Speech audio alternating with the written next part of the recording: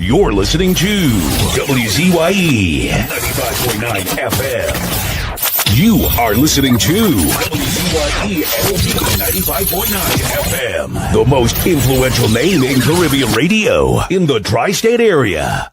Broadcasting from East Orange, New Jersey. The most influential name in Caribbean radio. WZYE 95.9 FM. Welcome to WZYE TV 95.9 FM. We come to you every Monday, Tuesday, and Thursday from 7 to 10 p.m. And on Sunday from 1 to 4 p.m. on Let's Talk Politics. Like, share and subscribe to keep up to date with reality affecting your life, and as we always say, we bring the truth, the whole truth and nothing but the truth. You're tuned to WZYE, the heartbeat of unfiltered truth. We're more than a station, we're a movement, grounded in facts, driven by integrity, committed to progress. We don't chase headlines, we create them. Decoding politics and current affairs to question power, not cozy up to it. From Laventille to Scarborough, whether you're in your living room or your commute, this is where perspectives collide, divides dissolve, and tomorrow's conversations start today. WZYE, we originate, not imitate.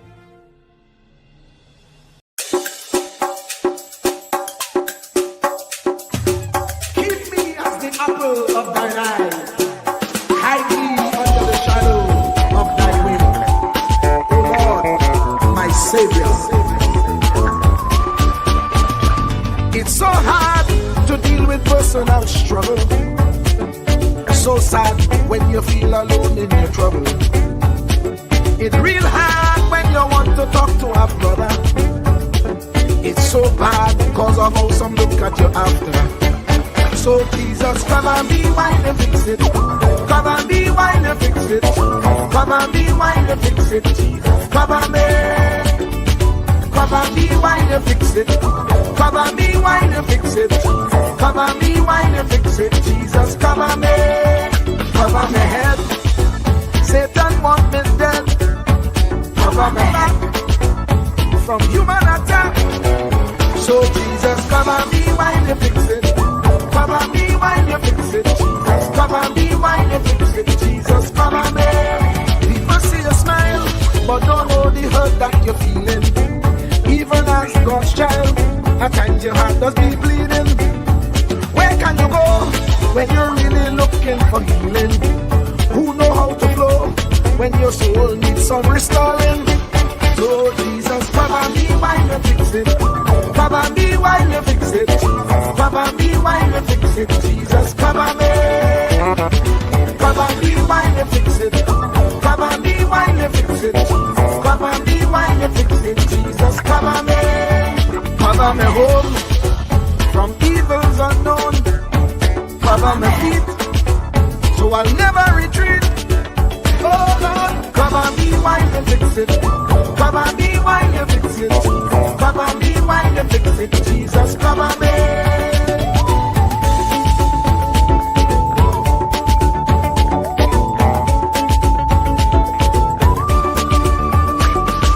Cover my brother, cover my sister, them who under pressure. Cover the preacher, every church worker, the young believer. Cover the worship leader and intercessor, every gospel minister. Cover. Jesus alone is the one who has the real answer. The one on the throne is the true and loving Father. He will hold your hand and keep you from going under. He will make you stand and let you know he's a fixer. Come and be while you fix it. Come and be while you fix it. Jesus, come and be while you fix it. Jesus, come and be. Come and be while you fix it. Come and be while you fix it. Come and be while you fix it. Jesus, come and be. Cover me mind. You know the struggle sometimes. Cover me mouth, that the wrong thing wouldn't come out. Oh Lord, cover me while you fix it. Cover me while you fix it. Cover me while you fix it. Jesus,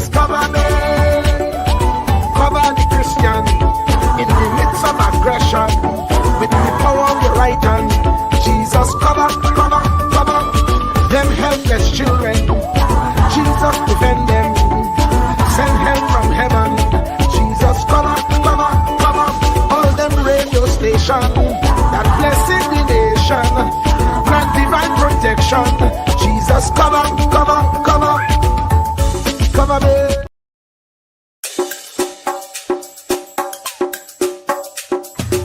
Keep me as the apple of thine eye.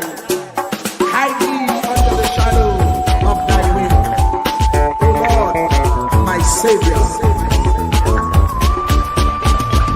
It's so hard to deal with personal struggle.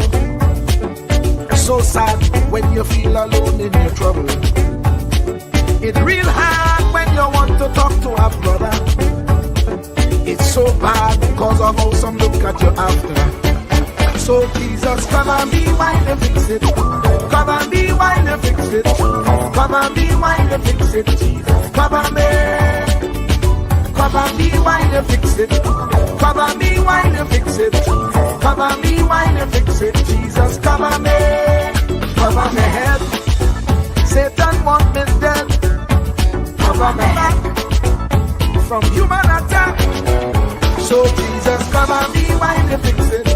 Cover me while you fix it. Jesus, cover me while you fix it. Jesus, cover me. People see you smile, but don't know the hurt that you're feeling. Even as God's child, at times your heart does be bleeding. Where can you go when you're really looking for healing? Who know how to flow when your soul needs some restoring? So Jesus, cover me while you fix it. Cover me while you fix it. Cover me while you fix it. Jesus, cover me. Cover me while you fix it. Cover me while you fix it. Cover me while you fix it. Jesus, cover me. Cover me home from evils unknown. Cover my feet so I'll never retreat. Oh Lord, cover me while you fix it. Cover me while you fix it. Cover me while you fix it. Jesus, cover me.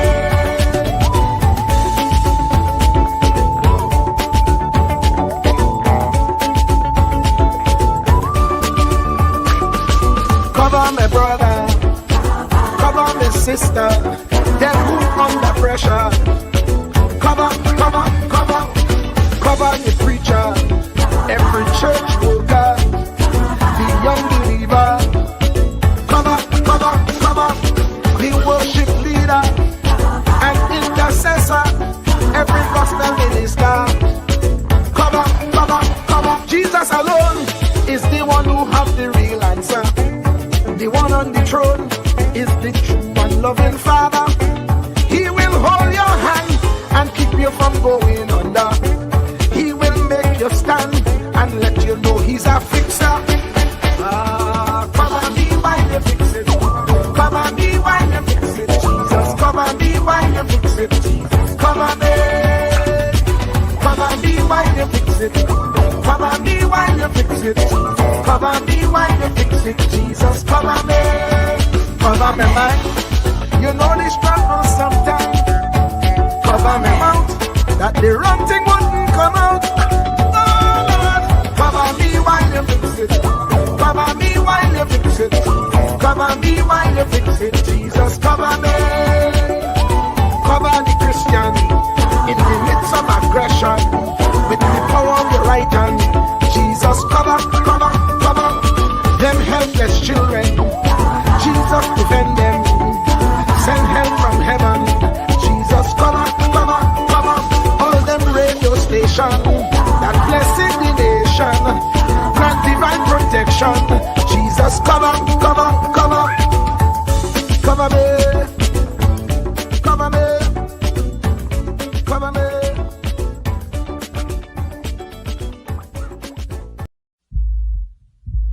Truer words were never spoken. The less you associate with some people, the more your life will improve. Anytime you tolerate mediocrity in others, it increases your mediocrity. An important attribute in successful people is their impatience with negative thinking and negative acting people. As you grow, your associates will change. Some of your friends will not want you to go on. They will want you to stay where they are. Friends that don't help you climb will want you to crawl. Your friends will stretch your vision or choke your dream. Those that don't increase you will eventually decrease you. Consider this. Never receive counsel from unproductive people. Never discuss your problems with someone incapable of contributing to the solution, because those who never succeed themselves are always first to tell you how. Not everyone has a right to speak into your life. You are certain to get the worst of the bargain when you exchange ideas with the wrong person. Don't follow anyone who's not going anywhere. With some people you spend an evening. With others, you invest it. Be careful where you stop to inquire for directions along the road of life. Wise is the person who fortifies his life with the right friendships. If you run with wolves, you will learn how to howl. But if you associate with eagles, you will learn how to soar to great heights. A mirror reflects a man's face, but what he is really like is shown by the kind of friends he chooses. The simple but true fact of life is that you become like those with whom you closely associate, for the good and the bad. Note, be not mistaken. This is applicable to family as well as friends. Yes, do love, appreciate, and be thankful for your family, for they will always be your family, no matter what. Just know that they are human first, and though they are family to you, they may be a friend to someone else and will fit somewhere in the criteria above. In prosperity, our friends know us. In adversity, we know our friends. Never make someone a priority when you are only an option for them. If you are going to achieve excellence in big things, you develop the habit in little matters. Excellence is not an exception. It is a prevailing attitude.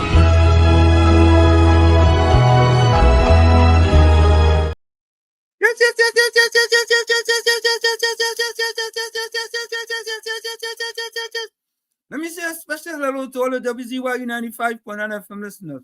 Of course, ladies and gentlemen, it's in the village with Uncle Tommy, COP, Professor Walsh, and you on WZYE 95.9 FM. And as you know, ladies and gentlemen, we come to you every Monday, Tuesday, and Thursday from 7 to 10 p.m. That's every Monday, Tuesday, and Thursday from 7 to 10 p.m. And folks, you know you got to do your WZYE civic duty as soon as you get in. Share the live, WZYE 95.9 FM on Facebook. Subscribe, WZYE TV and YouTube. And you can reach us here at 973-868-1444. That's 973-868-1444.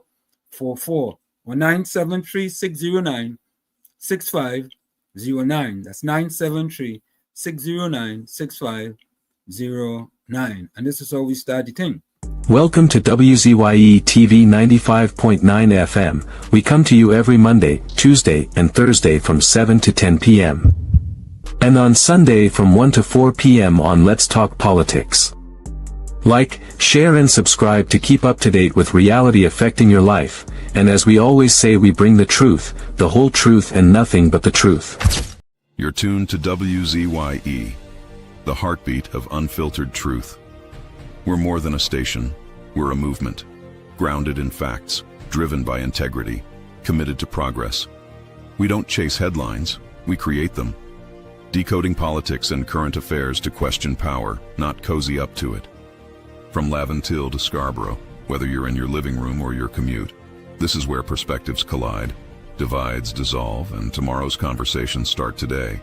WZYE, we originate, not imitate. And of course, ladies and gentlemen, we do mean that. We originate, we don't imitate. We bring you the truth, the whole truth, and nothing but the truth. So help me God. And folks, I'm telling you something here. Wow. Wow. That's all I can say, folks. It is wow. Very interesting, folks. Very interesting. Give me 1 minute here.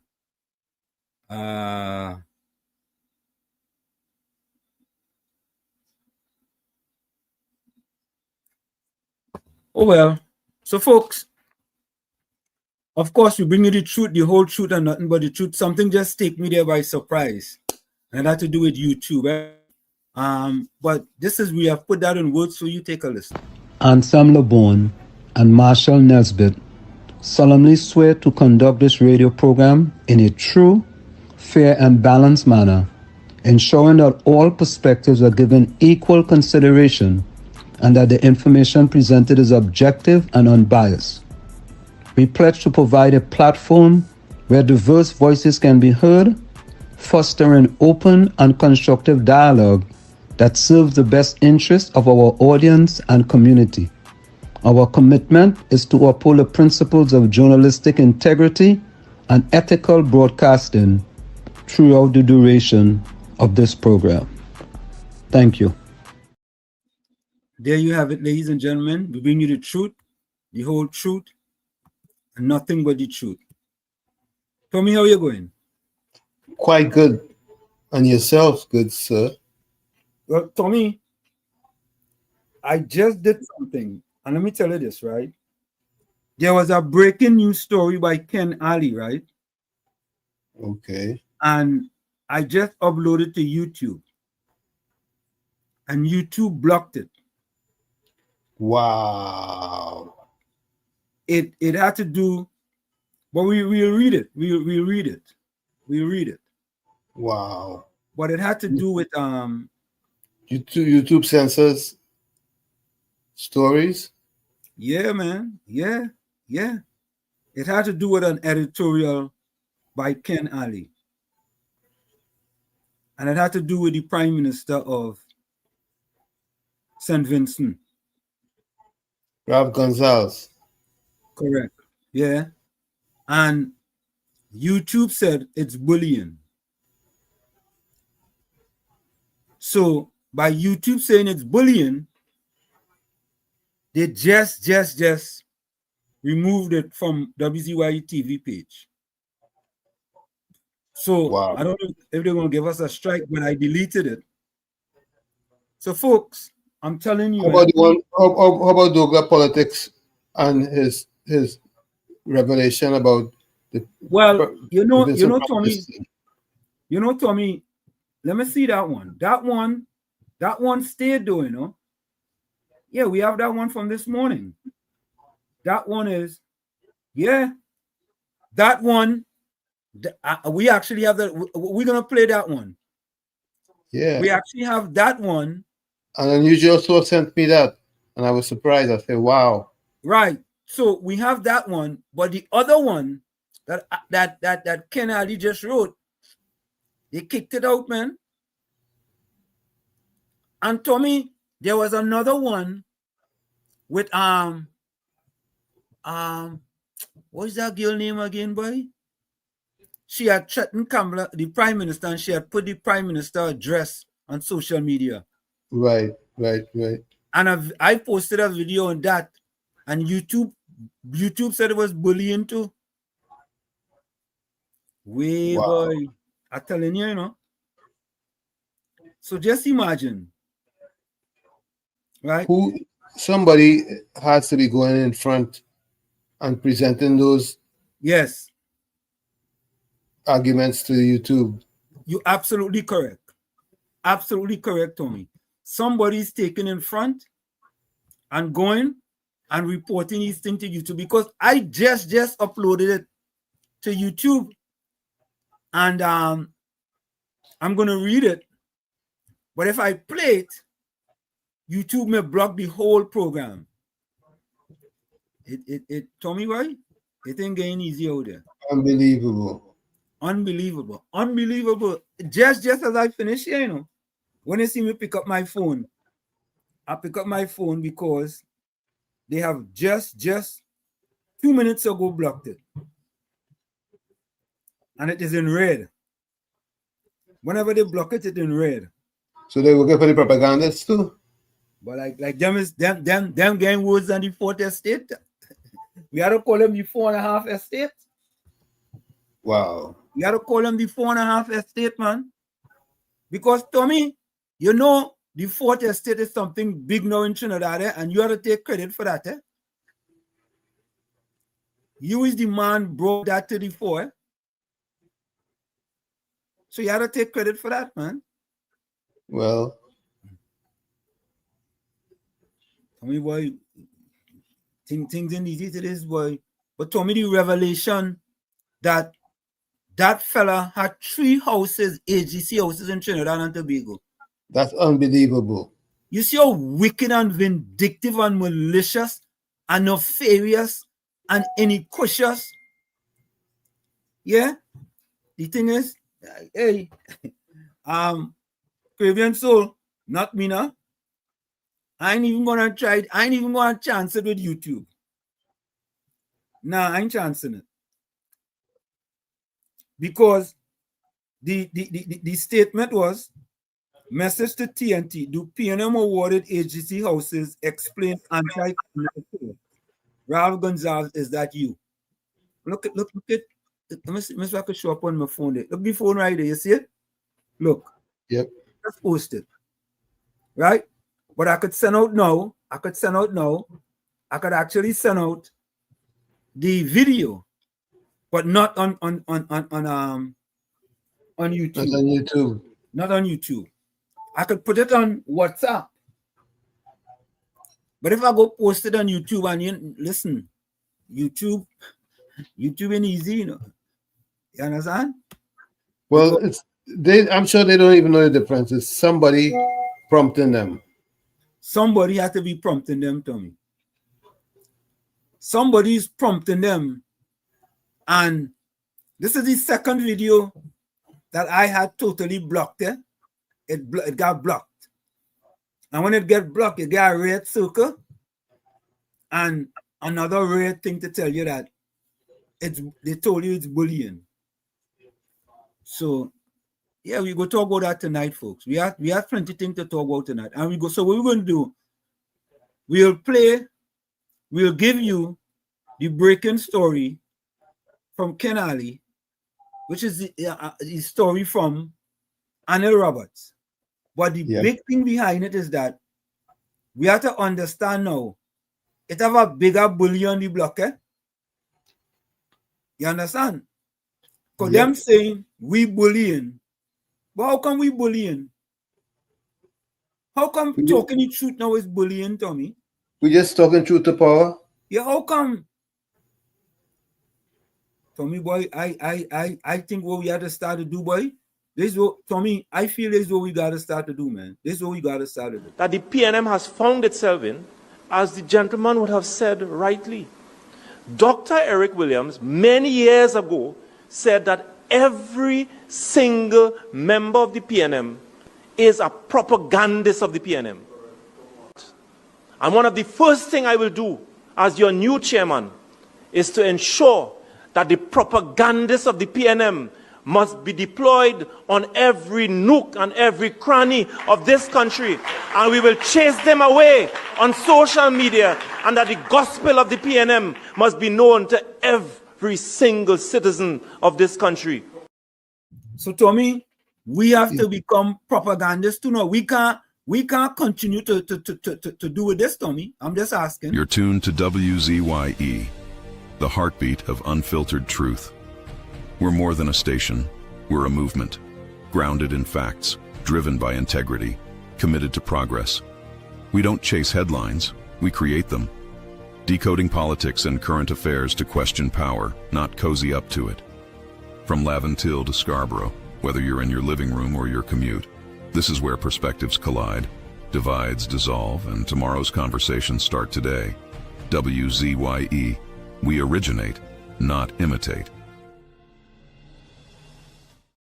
So Tommy, I am getting the feeling now that we can't play that no longer. We gotta start to imitate now. It looks that way. We gotta start to imitate, because if we imitate, nothing go happen to we. Yeah, we gotta imitate, man. When we try to originate, all kind of things happen. When we go to the chat. Well, first. Yeah. Susan, you was 9 minutes away from a hat trick. See your people on your camera. We was 9 minutes away from a hat trick. 9 minutes, Suzanne. 9 minutes. And that would be the first time in a long time. You understand? First time in a long time. I feel for you.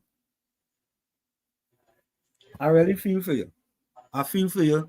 I feel for you, Suzanne. But don't give up hope, Suzanne. You get close, and close is better than nothing else. You know? And you did better than me. You got silver, I got a bronze medal in the 400. So you did better than me. COP, welcome. The two goals overcompensated though. COP, how you going? Good night. Good I cool and quiet. Uncle Tommy, good afternoon. Good evening, my good friend.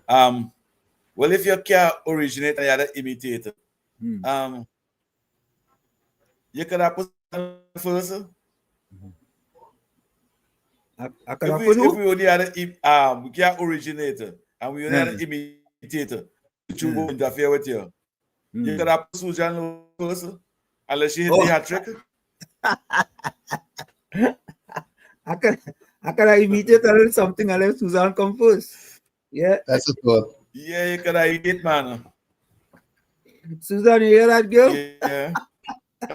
Susan, you have a supporter, boy. Good night to you, Susan, and good night to all the listeners. Yeah. You'll be pushing for Susan, boy. Susan. Who sing that song? Yeah. Pablo? Yeah. Susan. Don't follow Susan and smoke. Girl, that's Wednesday you have to Susan work. Junk and falling down. Susan roaming all the time. Susan roaming in the square. That's the wrong song you singing. Susan roaming in the square. Susan Junk everywhere. Susan Junk. Susan, how that is you, Susan girl? is a family woman. We don't bring. Huh?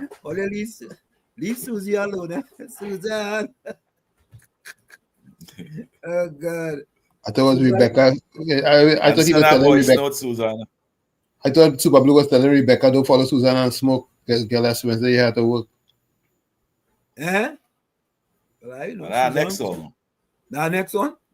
That's Rebecca. Susan will know better. Susan waiting for the program tonight. Hey, look, Volsang come third, boy. Volsang, you're inching up, partner. You're inching up. You're getting close, boy. You're getting close. You're not in participation medal mode no more. You're out of there now. You're coming up, man. Third, man. Yeah, man. Keep striving, man. Walls, Uncle Tommy and COP, and evening to you all. You're inside. You're inside. You can say he come first already. Yeah, he come first once or twice before. Like once or twice. Walls, Uncle Tommy, COP, good evening. Yeah. Volsang say, Susan, if they choose this page, you made the hat trick. Gail is first on the other page. 2 pages again. You making up your own page, partner. There's only 1 page here. Susan said, good night, Wall Street, Uncle Tommy, COP, and everyone. Let me see what kind of fella sending me something here. Hold on.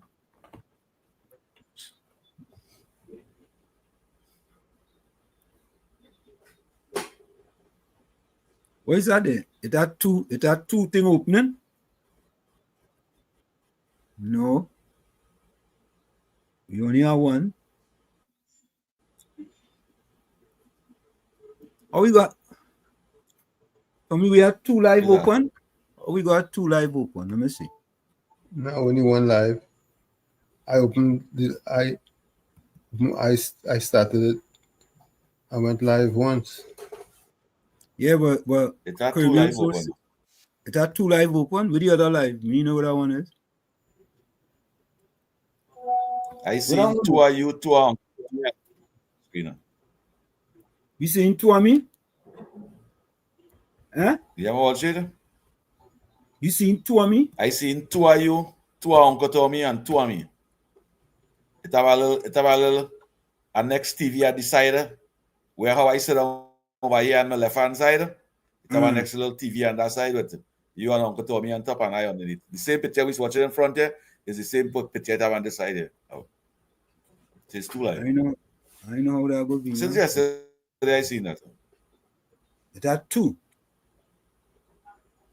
Okay, I had to fix that. I don't know what that is. Since yesterday, I seen that. Oh, all right. So, folks, we go on the live. You say we good, but we have 2 live up. One has less views. Well, sorry, you gotta fix that. I know how that happening, but I know. All right, Yeah, we'll last fix night it. too. Last night too, when I was watching that, when we had Let's take this call. 390 something on this live, the next live had 31. Beulah, welcome. Uncle Tommy and Mr. Wall Street. Mr. Wall Street. Good evening, Beulah. Thank you very much. Thank you. Just short and sweet. I want to elaborate a little bit on that St. Vincent Prime Minister and how Anna Roberts bust some file on him, man. He family could own 3 house, HGC house here in Trinidad and Tobago. I mean that is what is the word to use for that? You have to give a lot of answers. How that came about, who he was dealing with, and so forth. I want to hear more on that, because people see in trouble here to get an HDC house, and he could get 3 for his family. Yeah. That is not. That is good, boy.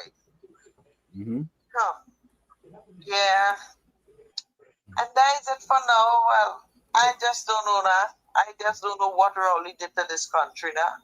Rowley sold out this country to the outside world rather than to his own people in Trinidad and Tobago. Correct. Correct. I don't know. And Rowley think that what he did for Trinidad and Tobago, he think he did good for the people of Trinidad and Tobago. That man neglected the citizens of Trinidad and Tobago, and all he big up his family, friends, and financiers, and the outside, the whole of CARICOM. That is why they're standing up at him and they're going against Kamala. Yep. But they get exposed. They get exposed. They get exposed. Yeah, they get exposed, and Anna Roberts, I believe that so, Yeah. And Anna Roberts showing that we have all the proof, the evidence. And I just hear you say, Mr. Wall Street, that they pull it down from your page. Yeah, YouTube. Ken Ali did an expose on it too, and they take it down. They say it's bullying. They remove it. Oh God. Remove it. They just remove it like just before the program started. They say it's bullying. Yeah, because I know I was watching it when you had it up. I just then they pull it down. Somebody behind the scenes doing all that evil and wickedness, But I like how you display the propaganda, the PNF every day, play every day like a song in the head, man. Every day. Every day, yes. Okay, so I'm listening on, guys. Thank you. Yeah.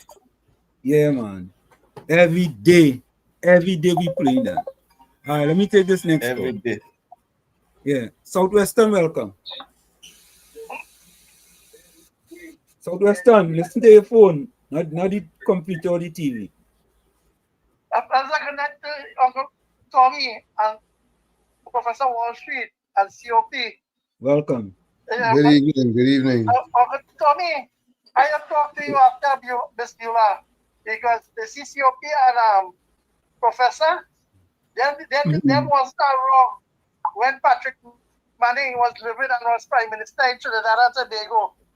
$25 million US. I want to know if he paid back and all too. And Liat, I want to know how much money Ralph Gosdal used to keep running by Patrick Manning for, to keep borrowing, to keep Liat going. And how much money? All that you gotta come up and ask that question to be answered and all too. So YouTube can take out everything, but I wanted to take out the PNM from the politics and the landscape at Trinidad and Tobago. Because if YouTube could do that, that'd be good. There is a good app. Because here what's going on. You see, when you ask questions like that, the answers is be slow in coming. Because you see now where the average Joe was sidelined for low income housing, and that one was building $1 million, $2 billion condominium for NHA, for who? NHGC, in AGC, you see who they was building it for? The kind of people to get. And just imagine, they leave the supporters hanging. And in San Fernando, the bill has set an expensive one. And who they get? Not the PNM supporters who is being running through rally. So that is one good thing for them to know. And for the local election in Tobago, that is things for them to understand and make the choice to make sure that PNM is no longer not the one seat in Tobago. And the local election coming up in Trinidad and Tobago, I have more to talk about it, but I'll call back. That's a good night. Thank you. Good night. Thank you. COP, so did you hear that we get That's sad, Professor Wall Street. That real sad, Yeah. So which one on the video? Huh? Go ahead. Wall Street? Say that again, COP. I hear you had us a pull off video. Yeah, I say I hear you had us to take down a video. Right. So what happened is that Ken Ali was talking about it just now. Right. Ken Ali did an editorial, right? And I took the editorial and I took all the forms which we're gonna go over, and I did I did a video with it. And I posted it on YouTube just before we came on the program. And less than 30 seconds after I posted, YouTube took it down. Right? And saying it was bullying. And you remember that other young lady who was she was a PNM, and I forget she name, man. She used to work on 91.92. Not the CPAP woman. The other young lady. She had about 3 or 4 not different the red names. lady? Yeah, the red lady, 3 or 4 different names. Not the one on the morning program, not the one on the Titans of Democracy. Huh? Not itself. Huh? She's to work on 91.9. All right, let me take this call. Hold on. Let me take this call. Yeah, 91.9. Hold on. Yeah, KFC, welcome. Good night, Professor Washington, Uncle Tommy, and Comrade COP. What's going on? Everything quiet, man. How are you going? And they taking in the program. I feel like I put that name, Naka? No, not Naka. The next one. Rhoda Barrett? A young lady to work at 91.9. No, not Rhoda Barrett. No, Rhoda. Yeah. I'm looking for. No Queen? I'm looking. All right, listen to it here. What is she name? I feel mashup, Junior? No, Christy Howard. Precious. But Mr. Washington. No, not Precious. And Uncle Tom. Go ahead. Mr. Washington, Uncle Tommy and COP. Yeah. I want to say congratulations to the Bitam crew there with the accident happened sometime yesterday or today with the police officer and the Maximan were flying in the journey. But the crew I see there were trying to save them for them are serious fellas there. And the young man who was the speaker there, he's a hard working man, he worked in AGC and the colonel for their jobs called coming along for the Christmas day. Because when the PNM was there, like people in the community they can clean the drains and do the little work in the community. They send us out soldiers to do the work. So right now the whole East-West corridor, the bus down there, it are real bush and the drains and them need to clean up and things. I know the government could look into that. Alive on air right now, no? Yeah, man. And the Senator man community, it could be in charge and call me, you call him. because right now the place I live at now, All right. So I got that. I Yeah, got send that the back. link for you. Right. Go on, Yeah. I think the young lady name was Kim. Kim. She name starts with Kim. You remember she COP Kim? You know some calypso that sing you want a man for Kim. Kim. But she said be an Google program 91.9. and an afternoon program. Some Yes, programs but there's to be an there's a I think that was with Google program. She used to be on Google program. Oh, right. I wonder if that is a man to sing a song. You want a man for Kim? You remember some calypso and sing that song?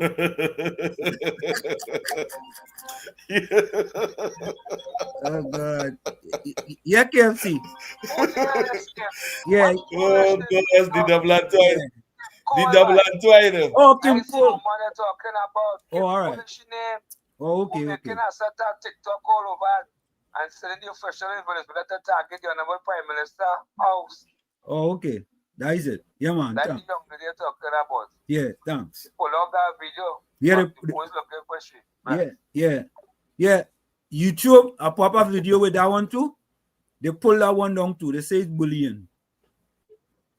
So if we pop this song, they're looking for who sang that song, COP? Tommy?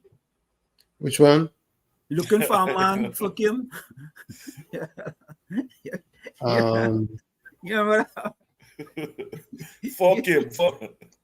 Fuck him. You looking for a man for Kim? Fuck him. That was not Shorty, boy. No, you talking about Elixir? I know that was too hypothetical for me. Elixir was Baron. That was Baron? Yeah. The Shorty sing that one? Looking for a man for Kim? Yeah. Okay. Yeah. No, that was the only Chinese man. He was looking for a man for his Chinese daughter named Kim. Anyway, let me see what that. I think in Shorty did sing that. Anyway, Mr. Intellectual says, blessed evening, pro and petit, and all villagers. Hope you all are tremendously blessed and transformative today. Tuesday fill a lot of God riches blessing. Boy, you know, boy, today cold and windy, boy. Good. Weather change. Cold, you know. I went out there today, I could only run 3 miles in 10 minutes per mile. No joke, you know. Cold. That time of year. Yeah, Daryl Ali, welcome. Yeah, we had a nice piece of rain inside here today too. Daryl Ali said, Professor Uncle Tommy, Hanif, Susan, Anna, Caribbean, Anthony, COP, CV, Monica, Donna, Raj. Yeah, you get all of them there. Yeah, Bennett says, good evening, Professor Warship, Uncle Tommy says COP and all in the village. Good afternoon to you. Clinton Williams says, Professor Warship, Uncle Tommy, COP and the village blessing. Zora Karim says, good evening, everyone. Julie Quintero, boy. Julie, where you from? Good evening, everyone. Julie, boy. That sounds like a new one, boy. Julie. Good night, Warship, Uncle Tommy and COP. You know, as they say, Julie, in my estimation, I mean, we had this discussion before. Julie mango is one of the sweetest mango. No question. Azina Smith says, blessing Professor Warship, Uncle Tommy, COP and viewers. Yeah, man. Miss Santa Cruz says, good night to my friends in the village chat. Tara Brandon said, good evening to you. She also said, good evening, Professor Warship, Uncle Tommy, COP and everyone in the village. Anthony Ford with an E. Anthony Ford with an E says, and good evening to all of you too.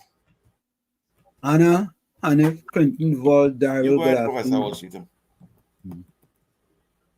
Anthony Ford says, blessed evening to Professor Warship, Uncle Tommy, COP. Tommy Mohammed says, good night, Professor Warship, Uncle Tommy, COP and all listeners. Look, Capitan. Capitan said good night. Capitan, you out of Hanoi? Where you know, Capitan? You out of Hanoi, Capitan? Tommy Mohammed says COP, good night. Capitan, where you there? Tommy Mohammed sent a special message for Azina. Azina Smith, how you doing? Yeah. Bolsang said, what kind of obia is this? It have pages again. So right now, people sending their greetings on the other chat walls. Fix that. Yeah, I know if you could fix it now because we already started. I'll go see if we can fix that later. That might be the people on them we have where they show up two things. Those scene panel.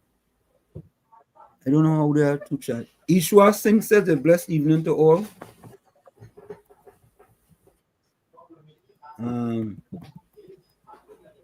Anthony Ford without the E says, good night, Wall Street, Tommy, COP, and all in the village. You see we just have we understand them, you know. It have Ford with an E and Ford without an E. 00 Alana says, good night, everyone in the live. Yeah, man. Tommy Mohammed said, Professor Warshik and Uncle Tommy and CP, how are you guys doing? I am doing splendiferous, tremendous, marvelous, and spectacular. Cool Runner said, good night, Wall Street, Tommy COP. 00 Alana says, good night, Wall Street, Uncle Tommy and Mr. COP. I just finished the last show in time for today's program, so give thanks. Yeah, man. Daryl Ali says, Jesus, cover, man. Yeah, good song. Even my wife will be singing that song. Anthony Ford said, we stand strong and firm with Kamala and the UNC for the next 30 years and beyond. Yellow is the code. Full 100. Hey, look, Monica, boy. Monica Rampi soon said, good night, Uncle Tommy and Professor Warshik and COP. Blessed evening.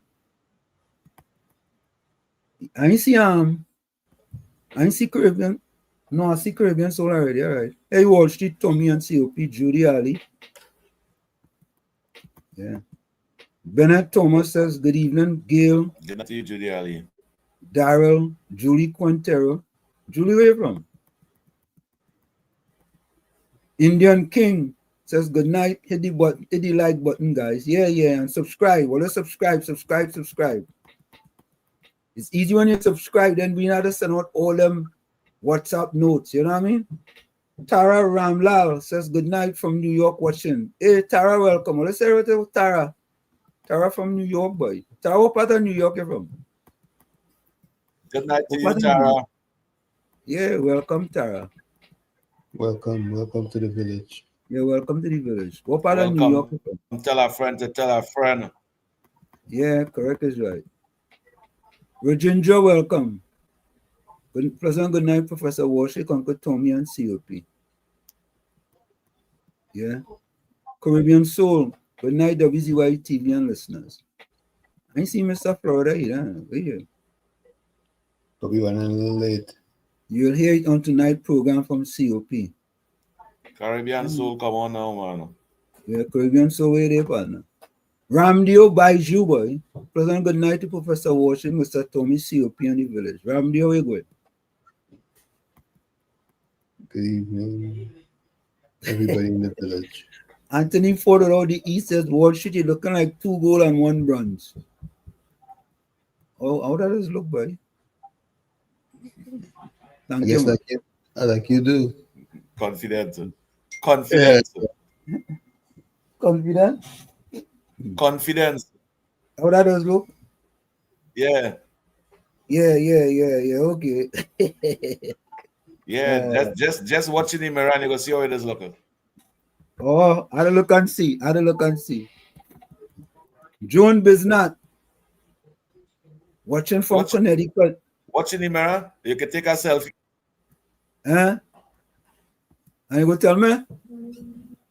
Ninja Girl, good night, Professor Warshik, Uncle Tom, and everyone in the village. How you get a name Ninja Girl?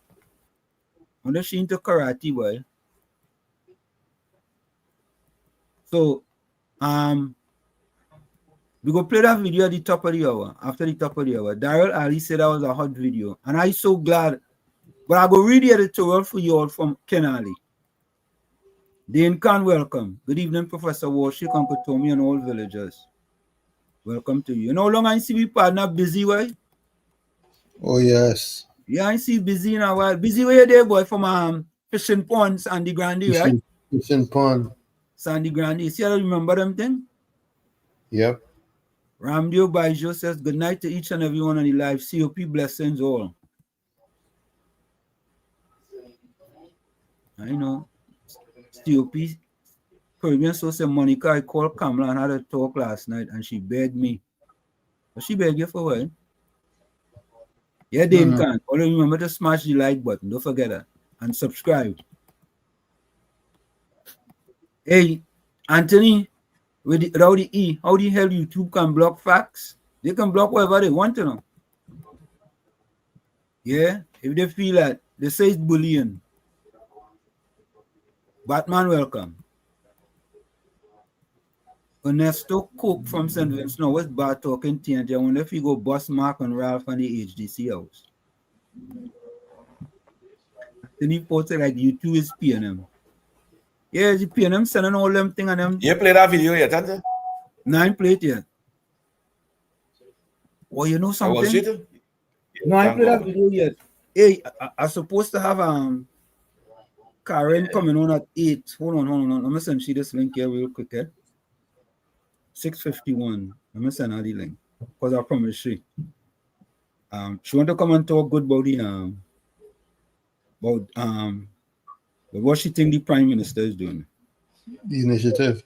Yeah. I'm gonna tell she moment. Let me see. Okay, hold on, Let me see. I go to Tommy, COP,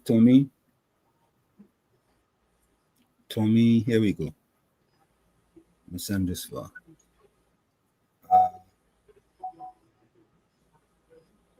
Karen. Here we go. So she's gonna come in at 8. There we go. All right, I send that. Yeah, man. So much thing that be going on. I totally forget that, right? Tommy Mohammed said, if Flex is biased, why is GR going on his network? Who is that? Who is Flex? I know that. Tommy, what are you talking about there? George Ramdeen says, good night to all in the live chat, inclusive of the host, Professor Warshik, Uncle Tommy, and COP. Good night. Wall Street, it could be the title you put on the video. I ain't taking no chance to go and try to post that again. To repost it. We go read it. Well, Walsh, write it and we will read it. No, I go read it. Easy. Monty Steele, welcome. Good night to everyone there on the chat WZYE TV Pro. Good night to you, Monty. Monty, you been good? Where you been, man? George Ramdeen, welcome. Anthony Ford, it's 3 HGC houses. Yeah, we know it's 3. 3 HGC houses. I don't know. I don't think we have any audio problem now. Nita Ramlal. Good night, everyone. Nita, where you joining us from? I think Nita sound like she knew, boy. Yeah, you're right. We want them houses back, boy. Yeah, send a voice note. Yeah. But you know, we ain't supposed to get them houses back. Huh? Yes. Okay. Yes. Yeah. That was unconstitutional. The laws. When the video played, then we go talk on that. When the video played. But all the new Texas and them are seeing over there.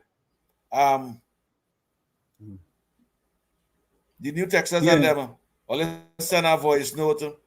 Say good night. Because I've seen a lot of new chatters and them. Only be part of the program, not just by messaging, but send a voice note. We say, hey, say good night. Yeah, let's send a voice note. But I could talk more about that HGC houses and then when the video show. But that was Go ahead. All right, let me send this link here. Yeah. It's really sad to see what was happening in the Republic of Trinidad and Tobago. It's really, really, really sad. And the same people and them that create that havoc and that misconduct in public office. and belittle the citizens of this country. Today, I even see YouTube defending them. Yeah, boy. One of these days I'll talk about HEC. But I like with of information coming out. One of these good days I'll talk about HEC and their house and those information and Professor Wall Street that coming out there. People should be held accountable according to the laws of HEC. Take the call. You have a call on the line there? Yeah, let me take this call. Because we have about 4 minutes again for the top of the hour. Yeah. Hello, good day, Mr. Wall Street, COP and Uncle Tommy. Yeah, man. COP and Mr. Wall Street. Yeah. My training coming on boy and a boat. I don't know. Friend for years. He's still renting in Bantan. He got agency house. Yeah, well. And the PNM Prime Minister for the country, his son, his daughter, his wife, get house. You take it easy. And he can also get in Victoria Keys and all kind of thing. Nice place, boy. But still absolute Anna Roberts. Anna Roberts has been talked by. Guess what? Anna Roberts come out and talk no dog back. Anna Roberts was a friend politician, the friend Anna Roberts. Anna Roberts was talking out of parliament, in parliament. So we investigated. We went back to their house. That way, people can't get in the house. You still get in your house than them? Yeah, correct. For the last 9 years, people having the money, the parents working at $2,000, $3,000. The subsidy in the house, and people can pay them rent to the government. So they treat poor people so. Rob Gonzalez, go back to your house, boy. Bless. Yeah, we go back to your house. Folks, we're going to take that break. And when we come back, we're going to have Karen Nunes Shishera talking to us about the deal with Venezuela and how open it. Anthony Ford say Wall Street, when they're saying all sorts of ill things about being an elected sitting PM, that's not bullying, total biasness. Correct is right, you know. They say all kind of thing about the prime minister, but that's not bullying. You understand? But when we put up a video, all of a sudden it's bullying. Maureen says, let's get to the big stories. Maureen, what is that one? Folks, let's take that break. So when we come back, we're going to have Karen Nunes to share with us. Let's take the break, okay? It's In the Village with Uncle Tommy, Professor Wall Street, and you. We'll be right back. Don't go nowhere. You're listening to WZYE 95.9 FM.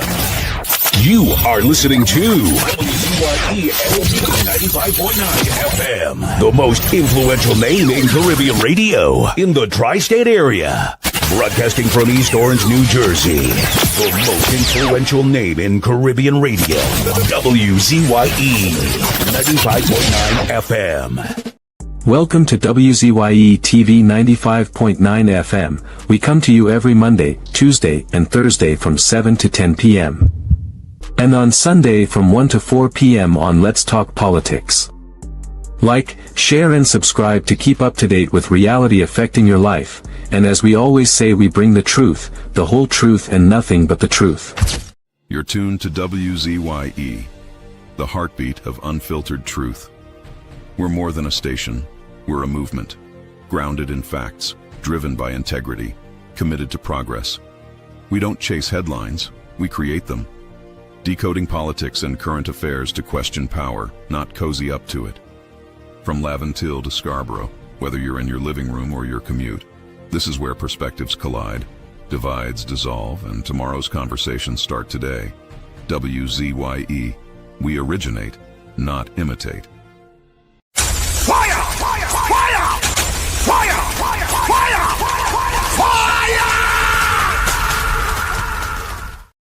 We are back with you. It's In the Village with Uncle Tommy, COP, Professor Wall Street, and you on WZYE 95.9 FM. We come to you every Monday, Tuesday, and Thursday from 7 to 10 p.m. That's every Monday, Tuesday, and Thursday from 7 to 10 p.m. Don't forget, folks, as you join us, share the live, do your WZYE civic duty, share the live, WZYE 95.9 FM on Facebook. Subscribe, WZYE TV and YouTube. And you can reach us here at 973-868-1444. That's 973-868-1444. Also at 973-609-6509. That's 973-609-6509. Don't forget, please share the live as soon as you get in. And we thank you. And let me say thank you to Gopal Sukram. Sent me a message. The lady name is Kim Cole. Thank you very much, Gopal.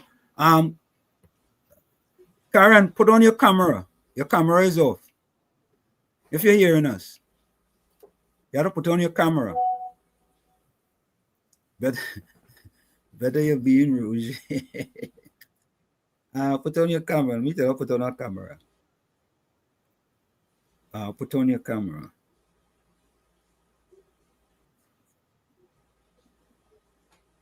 Put on your camera. There we go. So as soon as you put on a camera, we'll be able to get her in. Yeah, so I want to start that. Don't raise a good question here, you know. Dawn Lopes, welcome. Just now, Venezuelans go start to get HGC houses. I think they already start. We already getting HGC houses. Yeah, I already think they already getting HGC. It have Spanish have HGC houses in Republic. Yeah. Yeah. One thing with the PNM take care of them. Yeah. Them take care of them. Mm-hmm. Yeah. We have laws in this country, Professor Wall Street. In HGC laws, is if you earning over $25,000, you can apply for HGC house, you know? And yet still them get HGC house. Rav Gonzalez, wife, son, daughter. How them get HGC house in Trinidad and Tobago? You see why he attacking our Prime Minister? He should be ashamed of himself. Just now he go to America too, because of that obese problem. Mm-hmm. Because of that obese problem. It's sad to hear how them just come across. We have laws in this country, them have laws. Them have laws in their country. How they will break our laws? Why would they try to break our laws in this country? And the PNM hushing up that, and the PNM is the one that encouraged that. You know? The most them could do is to ask for the opportunity, and the PNM is the one that break the law because them could ask. You know? But the authorities in Trinidad and Tobago is the one that break the laws and allow them to get a HGC house. Them should be held accountable. They should be held accountable, Professor Wall Street and Uncle Tommy. Yeah. And viewers of WAS TV. Why Keith Rowley and them allow that? And them play so transparent. Them say they was working 4,700 house, all they build in 10 years' time. How much are the citizens of this country get? Because when all you leave, 4,000 house was not completed. All right. So let me bring Venezuelans and Rav Gonzalez family. Yeah. So let me bring in no stranger to WZYE 95.9 FM. And of course, we consider her a friend of WZYE 95.9 FM, Mrs. Karen Nunes Teixeira. Karen, how are you doing? Well, you know, we always keep in touch, and we had a little conversation today, and you invited me on, and I said absolutely yes, because as you say, although we've never met in person, surprisingly, but we seem to have a very, good relationship. I could tell you what I want, and I must say you take it in good. You do not take offense. That's what I tell you. And I say some pretty harsh things to you, I must say. Good evening, Karen. Hi, good night. But Karen, I think we wanted to specifically talk, because we was talking today, and you felt that some things that the Prime Minister stated with respect to Venezuela was let me let you say, rather than I say what you have. Let me let you say. All right. So I think maybe a week or more than that, the Prime Minister went on record to say words to the effect that we do not need dragon field gas, and we never did. Or maybe she said we don't need Venezuela gas, and we never did. So I thought that was a very bold statement for the Prime Minister to have made. And it caused me now to say, well, if she said something as, as boldly as that and as confidently as that, let me look at it. And, I'm always data driven. So I did do a little bit of homework, and it was surprising that she's right. When I say surprising, it's surprising because I think we all felt certainly that without dragon field gas, we were definitely in real difficulties, and that was what was always seemed to me to be presented to the national community. So let me start with how I came to that determination. In September 2022, the then Prime Minister, Keith Rowley, said that we need 4 billion cubic feet of gas per day in order to feed the upstream, which is LNG, and the downstream, which is Point Lisas Industrial Estate. And that was what we were operating on when things were good. I mean, you could go to 4 billion is where was the point at which he indicated. He said that that was in September 2022 in an article in the newspaper, that he said that we had 2.9 billion cubic feet per day. Ministry of Energy corrected that subsequently, because in the article, that was really 2.3 billion cubic feet of gas per day. So then I looked to see what was on the horizon. We all know that Mento and SIP came on stream earlier this year. I think SIP came on first as projected, adding about 250 million to 350 million cubic feet of gas. With Mento, which came on stream at the end of April, which is a BP, TT, and EOG Resources Trinidad Limited, a joint venture with both of them. And that gas field is supposed to be one of 10 global gas fields of the BP International, I should say, for the 2025-2027 period, having at least 1 trillion cubic feet of gas, according to BP. That they have not released the exact amount, but EOG gave an indication in their filings that it would be about 250 to 350. So let's go on this conservative side and say between SIP and Mento, you're adding about 550 million cubic feet per day. Then we go now to Ginger. Ginger is coming on stream in 2027. That's around the corner. We're nearly in 2026.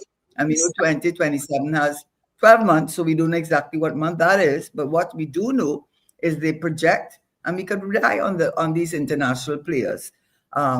Ginger is also called to be one of 10 global gas fields worldwide for BP, and it's projected to bring 373 million cubic feet of gas per day. If you add that 500 with 300, you nearly reach a billion, right? Then we have Manatee. Now we know that Manatee was part of a joint arrangement it's a cross-border field between Venezuela and Trinidad. The Lauren has the far larger amount of gas, I think 7 trillion cubic feet. But on the Manatee, which is in our waters, we have about 2.7 trillion cubic feet of gas.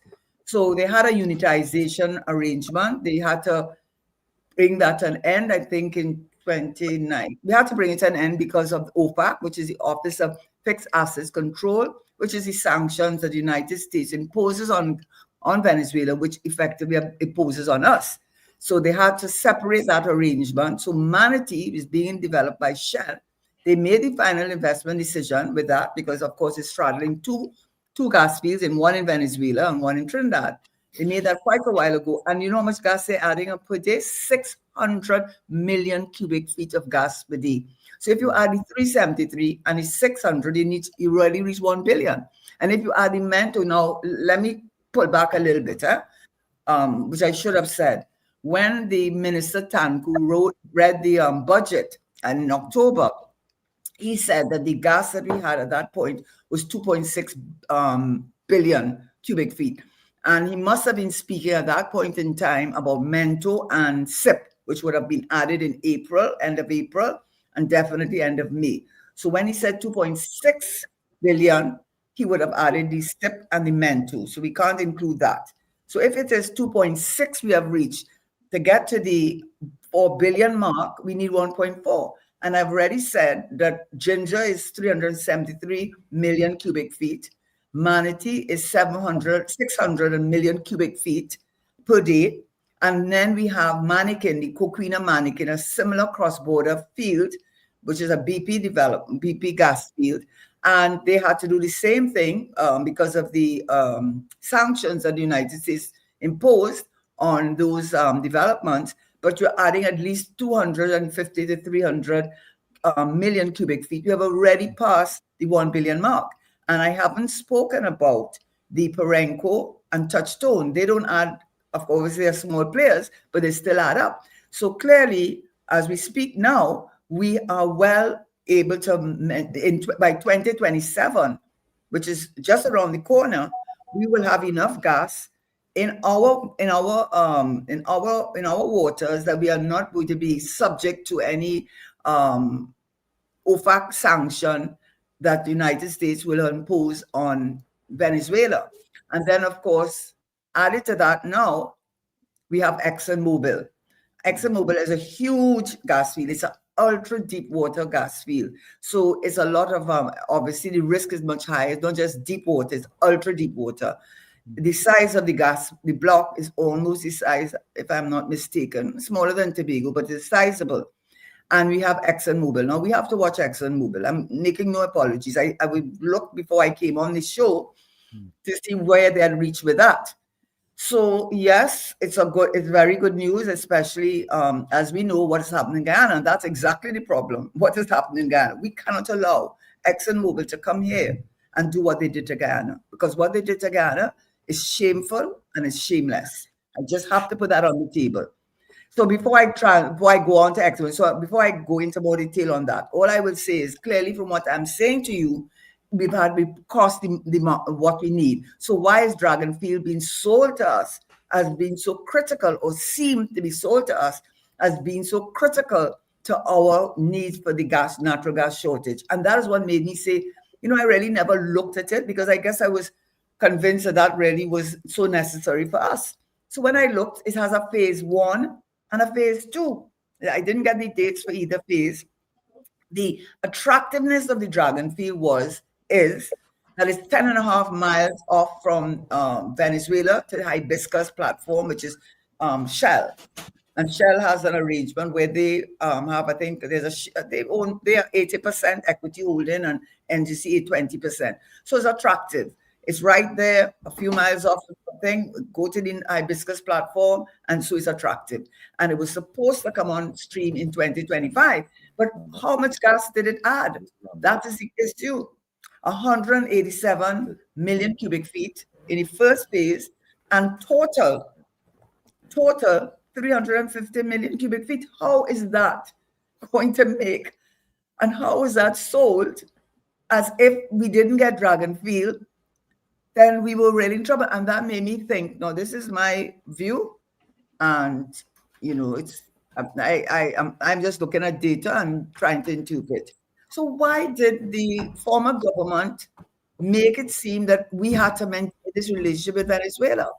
Why is it that we have, according to the Prime Minister, with this extradition, 200 Venezuelans in our prisons? Every time you look at these young ladies, and I don't know if it's human trafficking, I don't know if they went there voluntarily, I can't speak to that, but I do know that every time they do a raid on a spa, every time they do a raid on a bar, every time they do a raid on anywhere, the vast majority of the women are from Venezuela. They do not contribute to our NIS. NIS, they said, was going to go bust by 2033, 2034, because by 2020, right? Because listen, I'm not coming here to play tribal politics, okay? I'm telling it as it is, okay?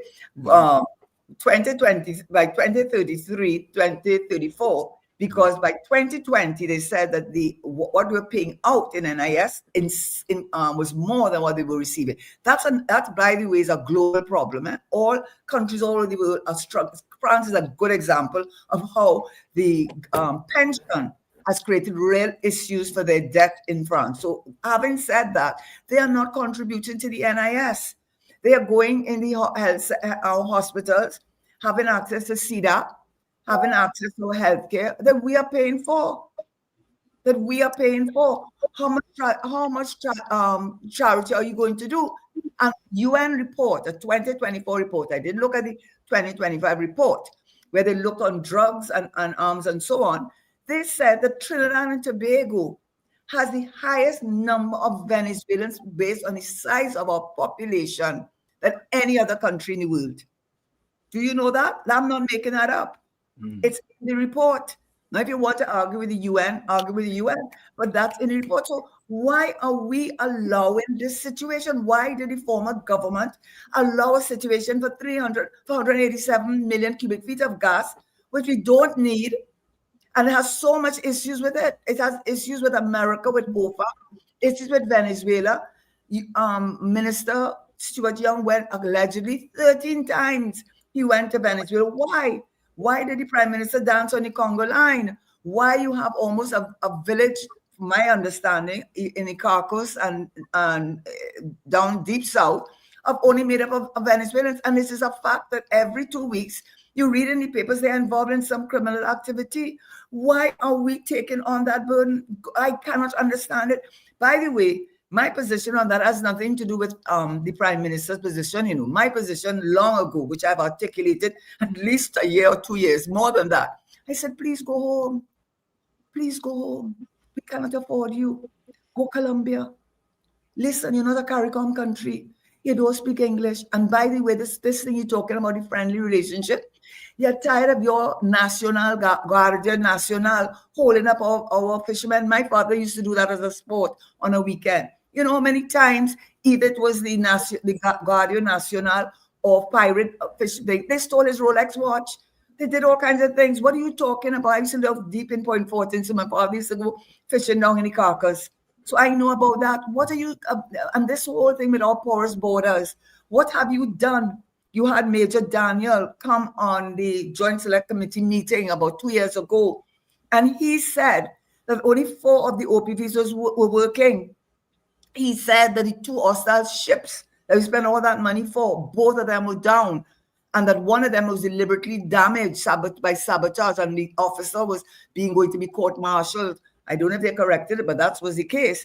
Is they said that 4 of the 5, when you check your what you call it now, that when you're coming in and they check your they can check your containers.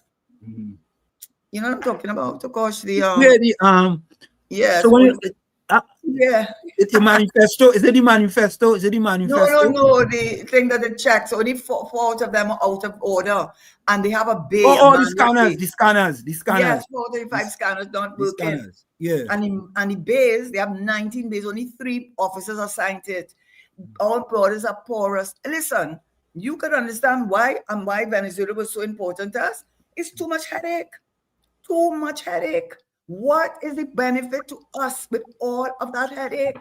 But Karen, let me ask this question though. This information was available. How come the 4th Estate didn't go and do a research, investigative journalism, and do a research with respect to see that the Prime Minister was accurate in her statement regarding Venezuela and the gas field? How come they didn't do that? Why not? I cannot. I wouldn't want to venture an answer for that. All I will say to you is that when the Prime Minister made that statement, it caused me to say, let's see if that is accurate or not. And when I did, I was really shocked, actually. And what was quite apart from being shocked that we had enough gas in our waters and we have the potential of ExxonMobil, what shocked me too is how much gas was coming from Dragonfield. Why all that headache for Dragonfield? Why put us through CDAP, using up our CDAP, going in our hospitals, as walking in there as if you have a right to be doing that? you know. But Karen, and let me just one more thing. Good. And we all know it is no secret that Venezuela is a transshipment point for cocaine. That is everybody knows that. Cocaine, they do not grow the cocaine.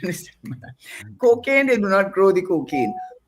Peru and Colombia on the specific side, that's where that is the far more, they are the ones that grow the cocaine. But they transship Colombia, according to all the information that we've been given, Colombia transships cocaine through Venezuela, and we are a major transshipment point. That is known because we are the closest next to Venezuela, and that is not a secret. So why is it that this former government allowed all these Venezuelans? I could remember reading very early on, the former commissioner of police, Griffith, had said that some leader of Tren de Aragua was killed. They killed him in Point Fortin. I didn't make that up. I read that. So I am asking, why were we held at ransom as if Venezuela, not that we don't want it. We do want it. I mean, more gas, the merrier. But the price is too high.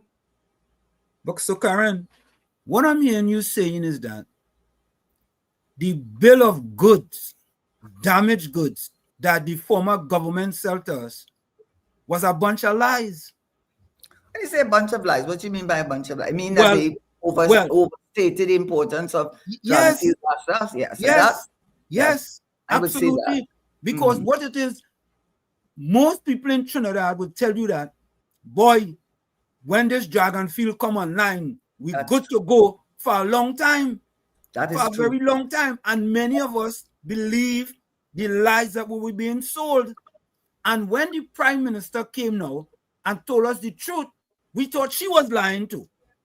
When she came and told us the truth, we thought she was telling the truth.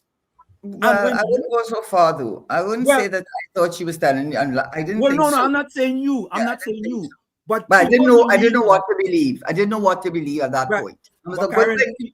People believe that. People believe that she was just selling us now a bill of goods. It's true. That is true. And when you now went and get the facts to realize that, wait now, boy, she was talking the truth. Yes, she was.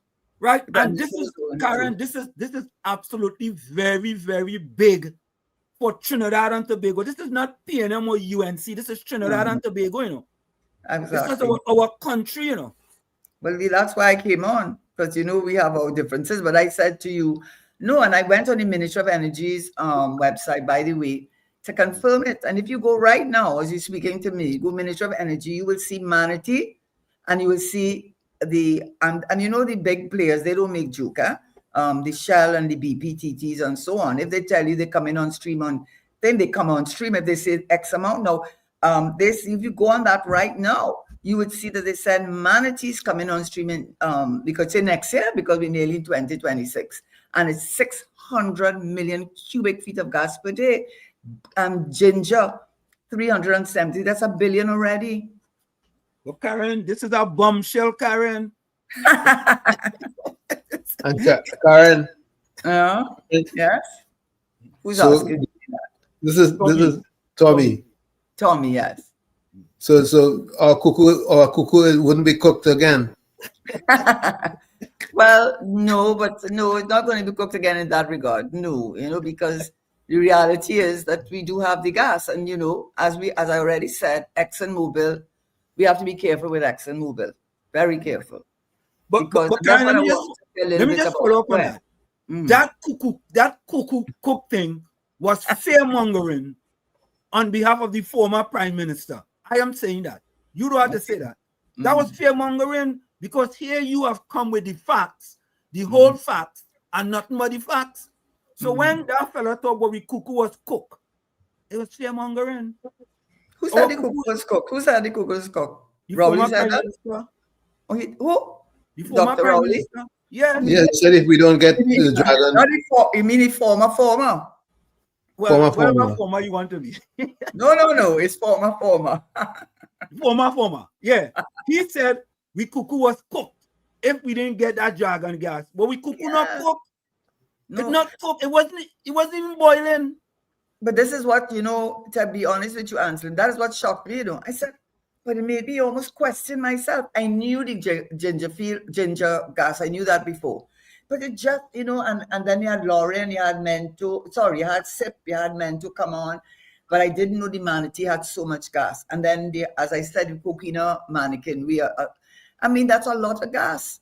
And then, I couldn't understand why the papers have not picked it up in truth. The former government was lying to us. Plain talk, bad manners. They didn't want us to get the facts, and that is not a government for Trinidad and Tobago. What I will say is this. Yeah. I might be putting myself out on a limb. I believe that they did that because I do believe that most of us felt that Dragonfield, we needed that Dragonfield gas. Without that Dragonfield gas, we were in real trouble. So I think that was a clear message they sent. And in order to justify the presence of so many Venezuelans in our country and to say that we had to support them, that was the price we were paying for the gas that we needed. So in order to make us be able to accept the presence of so many Venezuelans in Trinidad and Tobago, he had to sell it to the country that, listen, I know you think it's hard, but we have to do that because we need, without Dragonfield gas, we are in our cuckoo cooked, as you said. So I think, and then you have to ask yourself, why would you want that gas? Why would you want that gas when you don't have to have it? And it comes to so many issues feeding into our crime. A transshipment of cocaine is a major root cause of our crime. There's no question. I'm not saying there are not other causes, but definitely if you're looking at the root cause of the crime in this country, it is from the transshipment of cocaine. Where the gangs come from? Gangs do not come together and sing Kumbaya. They come together to plan and so on. And it's usually three things involved with. And there's these, number one is the cocaine. The second is the human trafficking. Yeah. And the drugs and the guns. But they all go together. They all are interconnected. So I cannot understand why the government under Mr. Dr. Rowley and then Stuart Young were willing to sacrifice Trinidad and put us in harm's way to the extent that they were selling that to the country. It's not Karen, right. Let me tell you why, Karen. Let me tell you why. Okay. I'm going to help you. Here's why. They were immoral. They were vile. They were malicious. They were nefarious. They were diabolical. They were heinous. They were devious. They were unscrupulous. They were iniquitous. They were dastardly, conniving, and vindictive. Listen, you swallowed a whole thesaurus or what?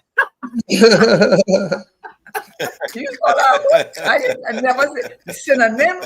Why I had to bring out a book for synonym to put down there? Karen, you taught law school and I didn't. Don't worry that. You're a professor, so don't try that. Karen, I just wanted to give you those to tell you that is what the past government did to the people of Trinidad and Tobago. This is not a thing between UNC and PNM. This is about the people of Trinidad and Tobago. And I feel the government had the right to be more transparent with the people, but they hoisted the biggest lie on the people that since we needed the Dragon gas field, we could have all these Venezuelans coming into Trinidad and taken away from Trinbagonians, right? And making it more difficult. Not only having them here, but the source of the transshipment of cocaine is from Venezuela. Why didn't, anyway, I think what I wanted to come on your show because I thought it was important to say that. Now, having said that, I just want to pivot a little bit to ExxonMobil, please, because my role is not here. I mean, I think I've said what I had to say. You make sense from nonsense, and you pick and you will understand what I attempted to put on the table. But the ExxonMobil, they have a profit sharing agreement. Now, you have to watch ExxonMobil, or ExxonMobil has one of the worst, if not the worst, reputation in the global reputation, well-deserved, and I will use the word oxymoron, because that is, it's not a compliment to them in the energy sector. What they did to Guyana is atrocious. What they did, let me just say it, because We need to follow what is going on with this. Now, the profit sharing agreement, I see they signed one, but at this point in time, of course, everything is up in the air because you don't know if they're going to find the gas. So there are a number of things that are not absolutely settled at all. How much gas they will find? They said they need to find at least 1 billion cubic feet per day for it to be viable, but that's just a figure. But let me tell you what they did to Guyana, and we cannot allow that here. What they did to Guyana is that in 2016, they entered into a profit sharing agreement with the Guyanese government. And what they said is that they would give them 2% in royalties. That is nothing.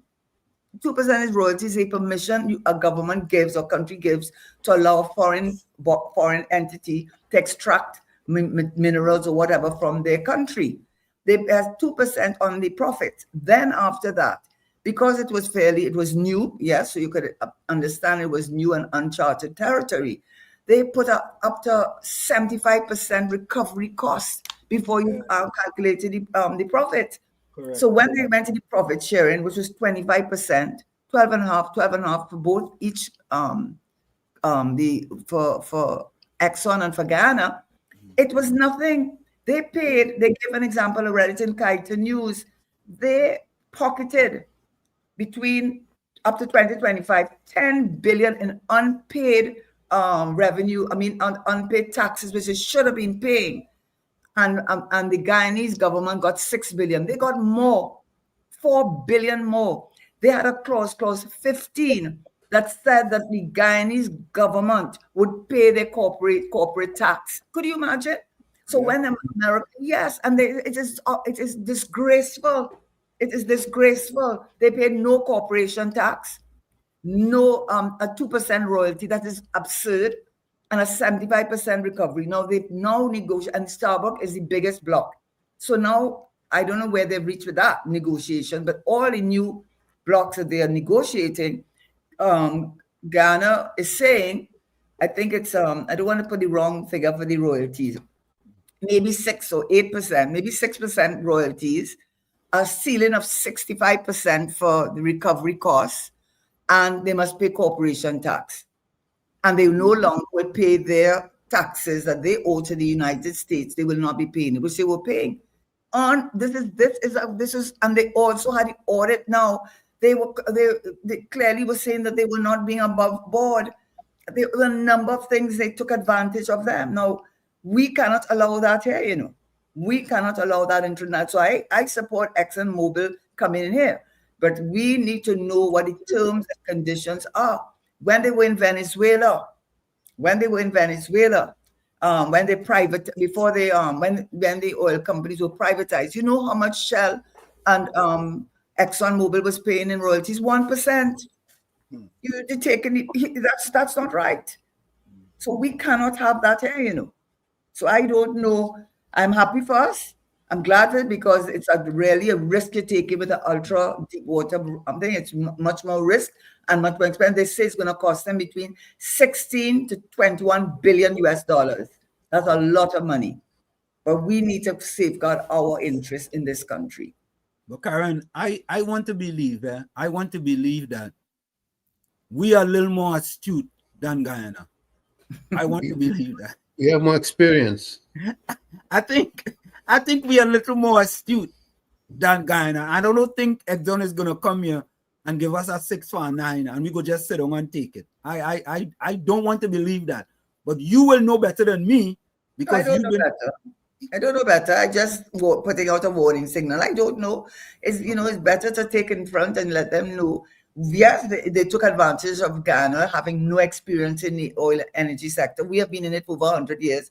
We have people from this country go to Africa and different countries in the world offering their expertise. We are known for our expertise in natural gas. We are known for our expertise in oil sector. We have brilliant people. We have people like Anthony Paul, Gregory Maguire. We have people who are, absolutely know the energy sector and the fiscal regime and so on. They're not coming to a country that we are not very much. We are probably have more experience in the energy sector than even ExxonMobil. And also too, with the recovery costs, they can't claim the kind of recovery costs from Trinidad as they claim for Ghana, because our block is closely aligned to Ghana, so they're not going to have the same level of whatever kind of research that they have to do, and plus we're not going to allow that. I cannot see us allowing that. But I'm just saying they tried to do that in Suriname, and Suriname threw them out because Suriname said that they had to pay 6%, and they would not pay it. So I'm just saying, it's not that I'm saying they're going to do it, but the record speaks different, does not support me saying otherwise. And we are not to allow ExxonMobil to come into Trinidad and Tobago and not give us, they get their fair share, but we have to get our, because it's it's their knowledge, they're putting all the risk supposedly into that, making that, going into the natural gas, but at the same point in time, we cannot allow at all what happened to Ghana to happen to us. That's all I'm saying. Yeah, but so Karen, I want to say that in my estimation, that, and when we spoke, because I haven't heard anyone so far talk about this thing the way you have spoke about it tonight, and succinct to the people to let them know that, listen, whether you like the prime minister or you don't like the prime minister, that is a different story. Okay? Whether you are for the UNC or you're against the UNC is a different story. I think here we are talking about Trinidad and Tobago. And at the end of the day, when Trinidad and Tobago can benefit from its resources in a rightful way and not being misled to think otherwise, it's best for Trinidad and Tobago. But you know what I also found too, to be frank with you, it gave more credibility. And I said it on the show that I do on a Wednesday tomorrow, actually. Yeah. I did say that it does give credibility to the Prime Minister's position with regard to her taking a position with regard to the narcotics. You know, that's just my view at this point in time, because really, in fact, I was speaking to someone, and before they didn't know what I just said, and they were about to say to me, well, why she's doing that? Because she needs the what she's putting us in jeopardy when you know you need the Venezuelan gas. What it is she's doing? And then I told the person, I gave them the data, and when I gave them the data, they said, well, I don't know what I can say at this point. And then they actually said to me, well, maybe she's telling the truth. Maybe she really does want to deal with the criminal, the transshipment. And I will give her the benefit of the doubt with that, because I feel strongly about it. I feel strongly about two things she feels strongly about. I feel strongly about the transshipment of cocaine through here, with all the what goes with it, that I think has caused a lot of the gangs and the criminal activity in this country. And I also feel very strongly about it's time for the Venezuelan people to go home. They need to go home, those who are here illegally. And you know, Karen is interesting on that point, right? So, Peter, do you want to say something? Yeah, I wanted to know. Yeah, Karen, what do you think of you? Yeah, Mr. Shara, good night to you. Good night. Good night. Who's speaking? I don't know who's speaking. COP. His name is COP. All right. Yes. We have a third guest now. Go ahead, COP. Uncle Tommy. Yes. Yeah, good night to you, Mr. Shara. Every time I listen to you on radio on any platform, I learn from it. But is it true that Trinidad and Tobago is one of the main drug transshipment area passing through? And if that is true, we had a government from 1956 to now. Is it factual that our government from 1956 in the Republic of Trinidad and Tobago turned their back on the things that matters? Because if we had transparent and government that working on behalf of the future of this country, today the Republic of Trinidad and Tobago, which would not be one of the main drug transshipment area. What was the government responsibility? Was it for them to ensure that they stop that or allow it? Because somebody allow that to pass through Trinidad over here, through reports, and go all over the world. Okay. What I am saying is that we had a government from 1956 to now. Go ahead, ma'am. You want me to go ahead? Okay. Well, you know, And nobody now, never do anything about it. well, And okay. I given So, this UNC government 10 out of 10 for putting a stop at that. okay. So now you have to understand, I'm not wearing any hat. Okay. So when I speak, I am not going to be seeing it through the lens that you're seeing it through. I'm going to try my best to be objective. So one of the things that we do know that when the first thing I want to say is when we had the global financial crisis in 2008, they said that the banks, what bailed out the banks and what saved a lot of the economy was cash. And the cash came from the informal economy, which is the drug trade. Unfortunately, I don't support it at all. You heard what I said. I've spoken out about this so many times. I feel so strongly about it, but I'm also not going to close my eyes to what is a reality. So that's number one. That's why you had Miami Vice. You know, Miami built up when Miami in the 1980s built up like how they built up. It was drug money that has all those skyscrapers, that has the wealth of Miami right now. The Miami is one of the top cities, whether you like it, whether I like it, whether we like it. It is drug money that built Miami Vice. Remember that show on television, if you may remember it? Yeah. That was what it was built on, drug money. So that's the first thing I want to say. The second thing I want to say is that you have made a very broad... The future of Miami benefit from it. Yes, exactly. So unfortunately... I say the future of Miami, the young people, them benefited from that. They get a developed country off of that. Well, I mean the city of Miami, but what I'm saying is, you know, that is the attraction, that's the allure of the job. People can justify what they're doing in so many different ways. So that's the first thing I will say. The second thing, you brought a very broad brush starting in 1956 to now. You have to remember, if you're going to say what you're saying, I assume you understand there were different administrations.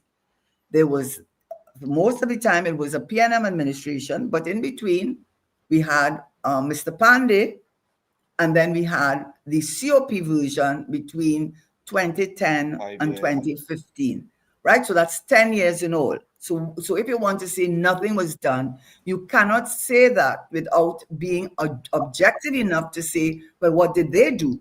And if you could tell me what they did, well, then okay, but I'm not aware that they did anything. Now, having said that, so everybody has to take responsibility, because what the Prime Minister is doing now is, in less than a year, she's taken very serious positions in dealing with the drug interdiction, which was not taken before. So that's part of the issue. The third thing, now, I will say that I may sound, and I will understand, if you think that I am being defensive and I'm taking a position because it would have reflected on me. But I'm just going to say it for what it's worth, and you don't have to accept it, and I understand that. When I came into office in 2007, the end of 2007, this is my view. This is my view, and I don't think it is incorrect, but it's just my view. It's something different from when you work closely with someone. I believe that when Patrick Manning became Prime Minister for that period, even starting before, he wanted this thing about going to the church. I think he would want to go to open up a church, but that's a whole different story. But I think he saw himself as wanting to leave politics and exit politics as a statesman, of doing what he could for Trinidad and Tobago. Because I don't think anybody has ever said he's stolen any money. You might criticize him for other things, but I don't think anybody said he was corrupt in that sense of stealing money or self-interest. And the Prime Minister that I knew at that time was one that was committed very quietly, because you have people sitting in that same cabinet that, as you say something, they're going outside and telling whoever they have to tell. Understand that. He fighting his own ministers, you know. You have to understand that. You have to understand there were ministers in there who were working for people who were not in our interest. Understand that. So when my experience with him was, these are the things he did. He didn't speak too much to me in detail about any of these things, because Martin Joseph was the one carrying the weight of national security. But in my case, I had to deal with the Financial Intelligence Unit. I got that legislation proclaimed, but it was not only that. You know, contrary to what people may think, Mr. Manning hardly gave me instructions, you know. I know people would think, but he hardly did. And one thing I did, I remember the deputy permanent secretary, I won't call his name, but I was so committed to the FIU operating that I said to them that they brought in a team from the Washington, and they had done work in Latin America and set up the equivalent of an FIU there that was extremely successful. And we had asked them to help us to recruit someone to head up the FIU because that was important. I didn't want anybody from Trinidad. I didn't want anybody from the Caribbean. I wanted someone with a proven track record who did not have any relationship with us. And the extent to which Mr. Manning trusted me, there was a particular person who shall remain nameless that I believe wanted it. And I didn't think it was a good fit. I know it was not right. And I told him, I said, you see, that particular person, I know he's eyeing it, and I think it's all the wrong reasons. And he took he agreed with me. That's one. The Revenue Authority that the Prime Minister has shut down. Who are the beneficiaries of that? You know who are the beneficiaries? The high income earners and the business community, because those are the ones who are evading taxes. It's not the little man or the public servant that working for $8,000-9,000. What money is that? They're not working for no money. It's all of those people sitting down in the chambers of commerce in this country, all the business community. They are the ones. They are the ones. And all the legislation and all that he has done, Minister Tanku, which I agree with him with the fines and investigative powers. They have the previous majority, so they could do the maybe hard decision. It matters not if you do not have the proper institutional framework. If you are operating within the public service, that's why you were taking them out of the public service.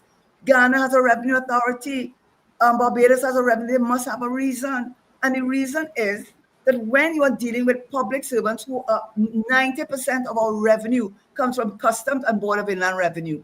They did this, can't remember his name now, but he was at one time president of the Chamber of Commerce. And he did this revenue authority, by the way, preceded me. I came on the heels of Enel, Conrad Enel, so it wasn't my baby to begin with. But I'm just telling you that a major issue was the corruption. The corruption inside there. And once you working in the public service, seniority versus meritocracy. You cannot put in any. Go ahead. So listen. Mr. Shara, what I am saying is that under the People's National Movement, you saying something Wall Street? Yeah. The PNM run for 35 years straight under Eric Williams, and I believe that because them had the responsibility to encourage fair play, accountable, be transparent, and govern the country. To make Trinidad and Tobago, to see today, after 35 years straight of governance, and see Trinidad and Tobago today is one of the most drug transshipment area. I am saying it was the government responsibility to stop that and ensure that we don't allow those things in this country. I am saying that they keep a blind eye towards those things and allow it to escalate it today in 2025. We have a problem with that.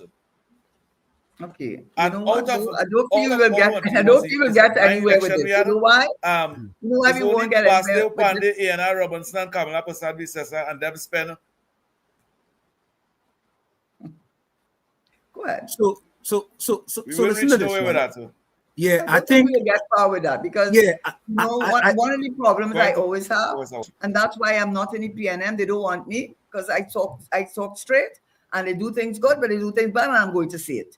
And the PUNC wouldn't want me because they do things good and they do things bad, and I'm going to see it, right?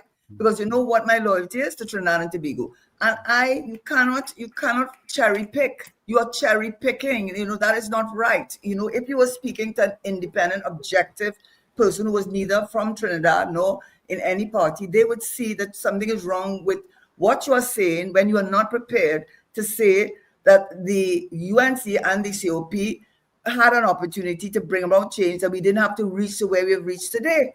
And you're not willing to say that. So I don't see that me telling you about the TTRA, which is what Mr. Manning was bringing which was going to help with the drugs and the corruption. It was going to allow us to have a personal, everybody would have a PIN, which then would allow the government to be able to trace every business to which you were involved in. He had the FIU, he had the OPVs, he had the poker, he had so many initiatives that he took, and he always said that, listen, keep the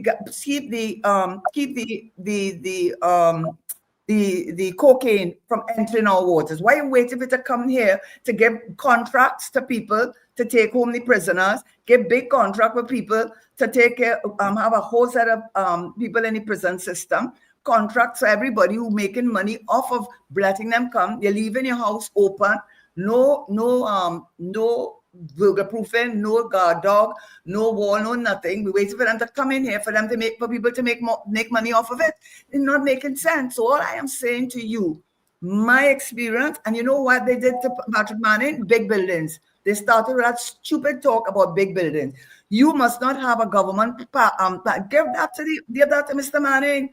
That government thing, which has 4 ministries housed there, Board of Inland Revenue, Attorney General, that plaza that we have, that is part of our heritage, instead of renting.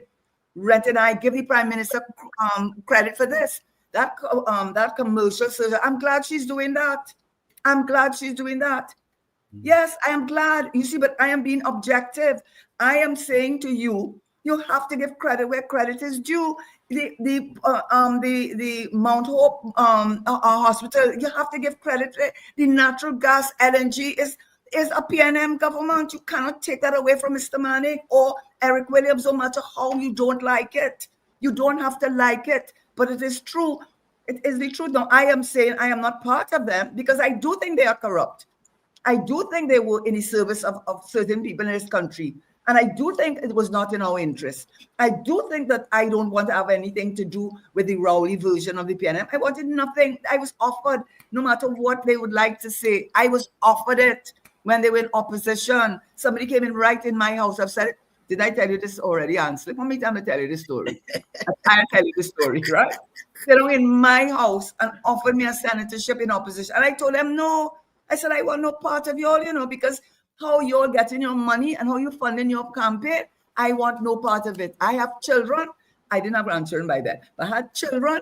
And I said, I am not going to do that. Not my parents, what my parents taught me. So understand, you can't be so blind. You cannot say things that suit you and don't suit you. Give credit where credit is due. We would not have a natural gas economy.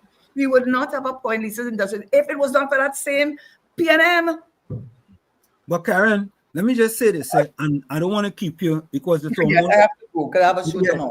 Right. I don't want to keep you. I want to be so thankful of you that you could come and you could actually give, the facts regarding something that's so significantly important to the economy of Trinidad and Tobago, which is gas. Mm-hmm. It's very important. And for almost 9.5 years, we were led down a road. We were led down a half-lane highway, not a one-lane highway, a half-lane highway. And it was only one way. And many of us believe. That's true. Me too. I was one of them. Many have believed the bill of goods that we were being sold, and that if we don't get the Dragon field, cancel Christmas for Trinidad and Tobago. It's true. You're right. You're absolutely right. And that's why I'm going now, because I do have to get up tomorrow.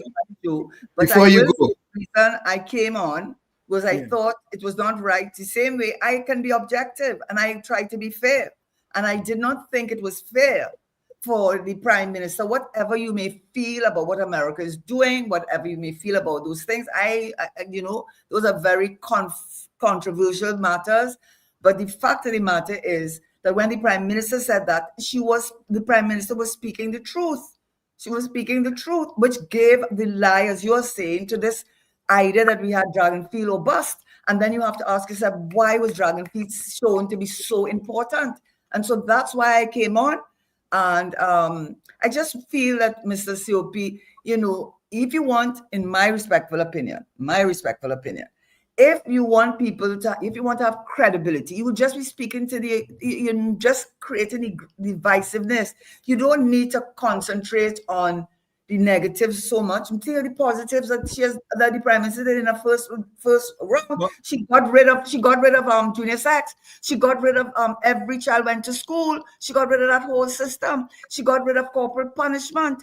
The Prime Minister did good things. So instead, she had the children's hospital that did not. There's only now it's being able to function. So what you can do is the only good things that the Prime Minister did, and the only good things that she is going to do.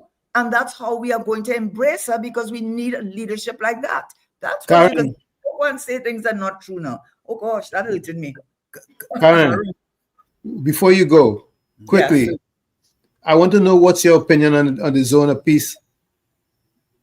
But Tommy, I hate to do this. I don't want Karen to go down the zone of peace. We could come back next time. Yeah. You know what it is? Yes, Mr. But I listen. Let me just say this briefly, so it's not too controversial. The Prime Minister, nobody is in her situation. She's been a rock and a hard place, and the Prime Minister will also have information we don't have. No other country is a few miles off of Venezuela. No other country is impacted the extent to which we are impacted by the crime in these islands. No other country is dependent on energy, oil, and natural gas like any of these islands. So it's easier for persons to take the position against her. But she has been, whether I agree with it or not, which I'm not going to go down that road, what I will say is she has been she has not backed down. She's very clear about her position with regard to that. Is that good for CARICOM? Is that good for integration? Is that good? But I will say on a good note, I did note, and I was that the governor of the Central Bank, Hawaii, did say that they were looking positively in his last statement that he published, the CARICOM payment and settlement system, which will reduce having to use the scarce US dollars to settle debt between the CARICOM countries. And that was a good thing. I was glad to see that he said something very positive about that. So it's not that they're leaving CARICOM. The Prime Minister has taken a position. We are not in her position.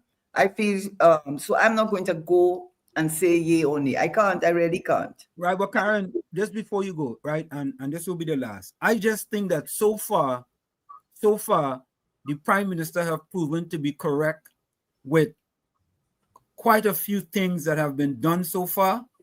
And we have to be able, because it's only been 6 months, and I am thinking that we have to give them the opportunity, right, in order to do these things, because so far they have been positive results, and it hasn't affected Trinidad and Tobago in a negative way, other than the news trying to spin it.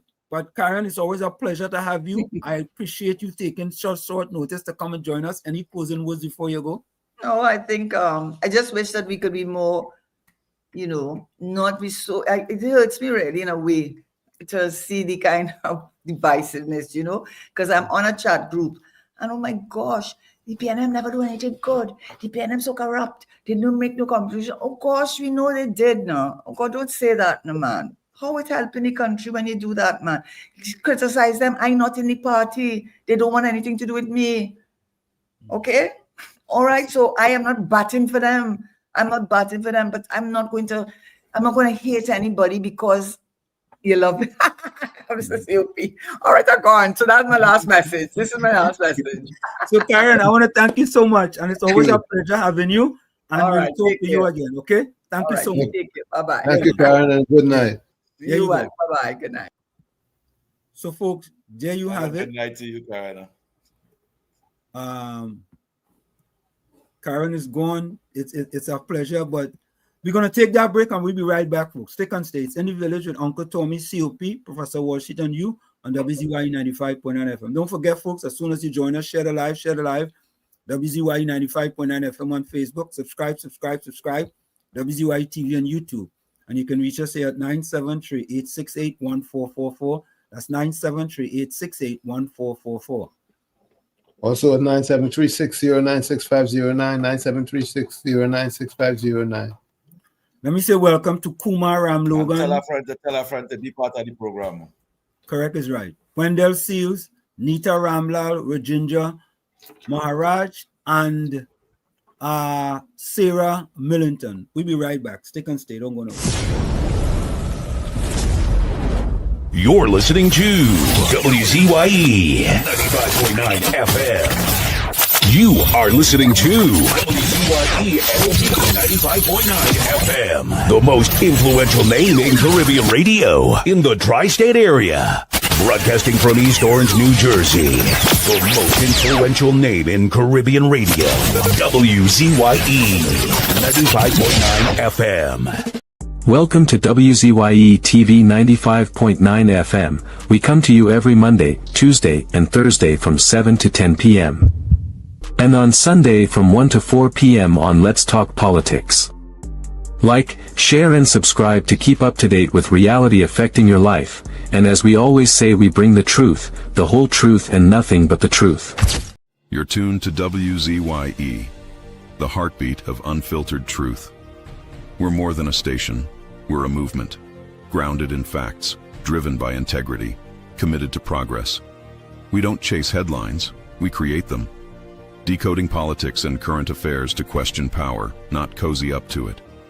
From Laventille to Scarborough, whether you're in your living room or your commute, this is where perspectives collide, divides dissolve. No more red, no more red, no more red, no more red, no left foot, right foot again. No more struggle, no more shame, no more pain. We want to see us win, we want the brights again. No more penny again. Bye bye, penny, bye bye. Bye bye, penny, bye bye. We don't vouch for you. And we are tired of the bloodshed, tired of the taxes, tired of proposals and all the excuses, tired of no water, tired of stretching at the lot, tired of the eyebrows rippling. No left foot, right foot again. No more struggle, no more shame, no more pain. We want to see we win, we want the brides again. No more penny again. Bye bye, me bye bye. Bye bye, bring bye bye.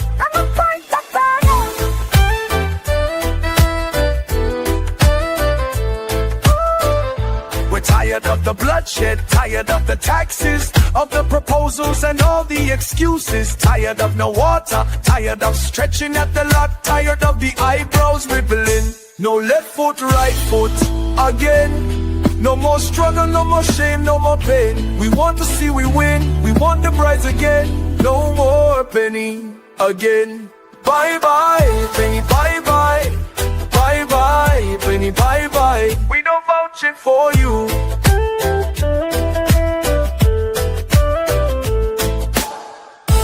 No more red, no more red, no more red, no more red, no more red, no more red, no more red, no more red, no left foot, right foot again. No more struggle, no more shame, no more pain. We want to see the win, we want the brides again. No more penny again. Bye bye, penny, bye bye.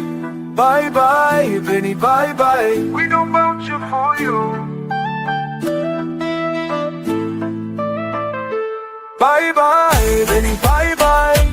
Bye bye, penny, bye bye. We don't vouch for you.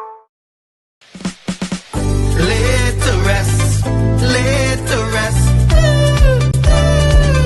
laid to rest, laid to rest. It's a ledge, it's a ledge, it's a ledge, it's a ledge. Hey, tell them come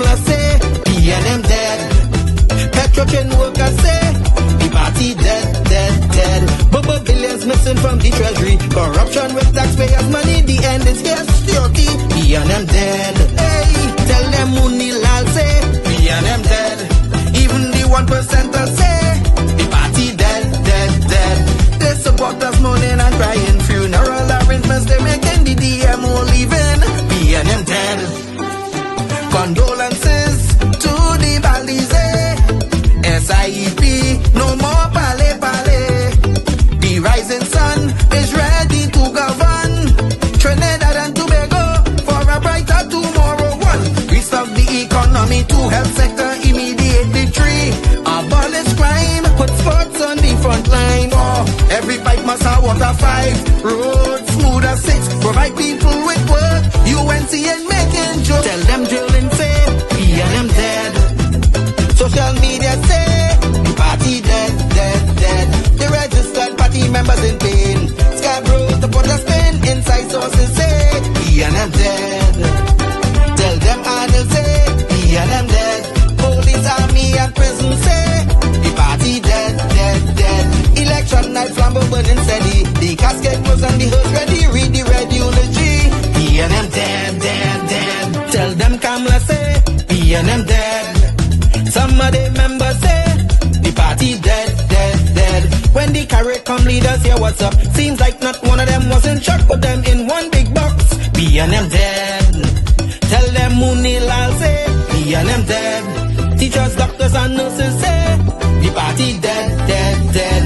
All the bad investments and fellas make. Investors not coming for the work. No more ice cream and cake. We and them dead, dead, dead. The red party showed no empathy for 18 babies and pipeline families. They so heartless, citizens in distress. The country in a crisis, SOE and still all this. One, UNC on a mission. Two, to correct the school system. Three, end poverty and clean up TNT. Four, speed up the housing process. Five, lower taxes. Six, revamp we energy. Bring back the oil refinery. Tell them Kamala say, we and them dead. Petro chain workers say, the party dead, dead, dead. Bubba billions missing from the treasury. Corruption with taxpayers' money, the end is here. Security, we and them dead. Hey, tell them Munilal say, we and them dead. Even the 1% say, the party dead, dead, dead.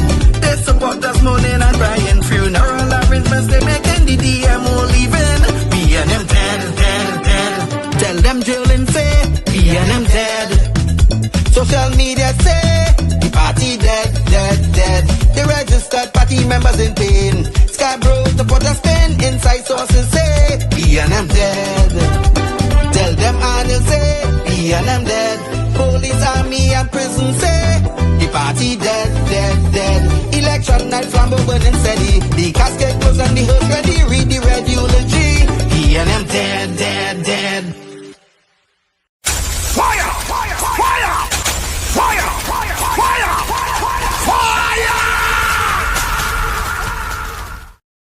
We are back with you. It's In the Village with Uncle Tommy, Professor Wall Street, COP and you on WZYE 95.9 FM. We come to you every Monday, Tuesday, and Thursday from 7 to 10 p.m. That's every Monday, Tuesday, and Thursday from 7 to 10 p.m. Don't forget, folks, whenever you join us, do your WZYE civic duty. Share the live, share the live.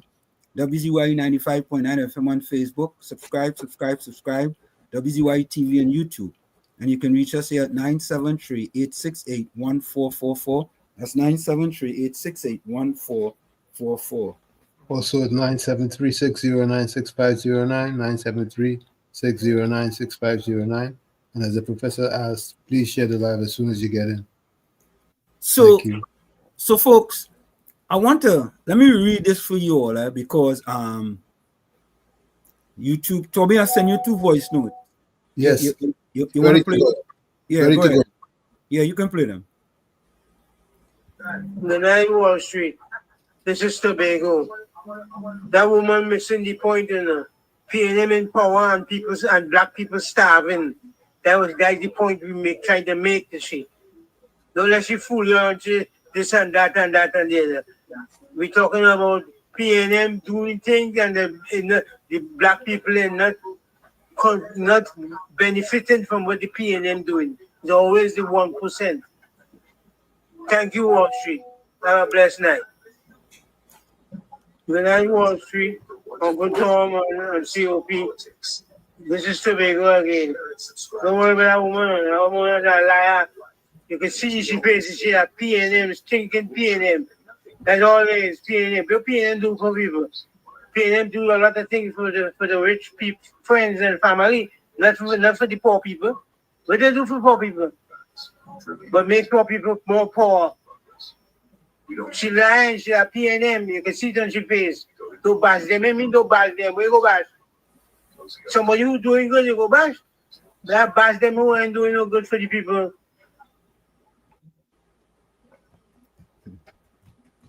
Well, don't be harsh. Don't be so harsh with the guest. Use better words than stinker. Use better words. Don't bash the guest. You know, let's that.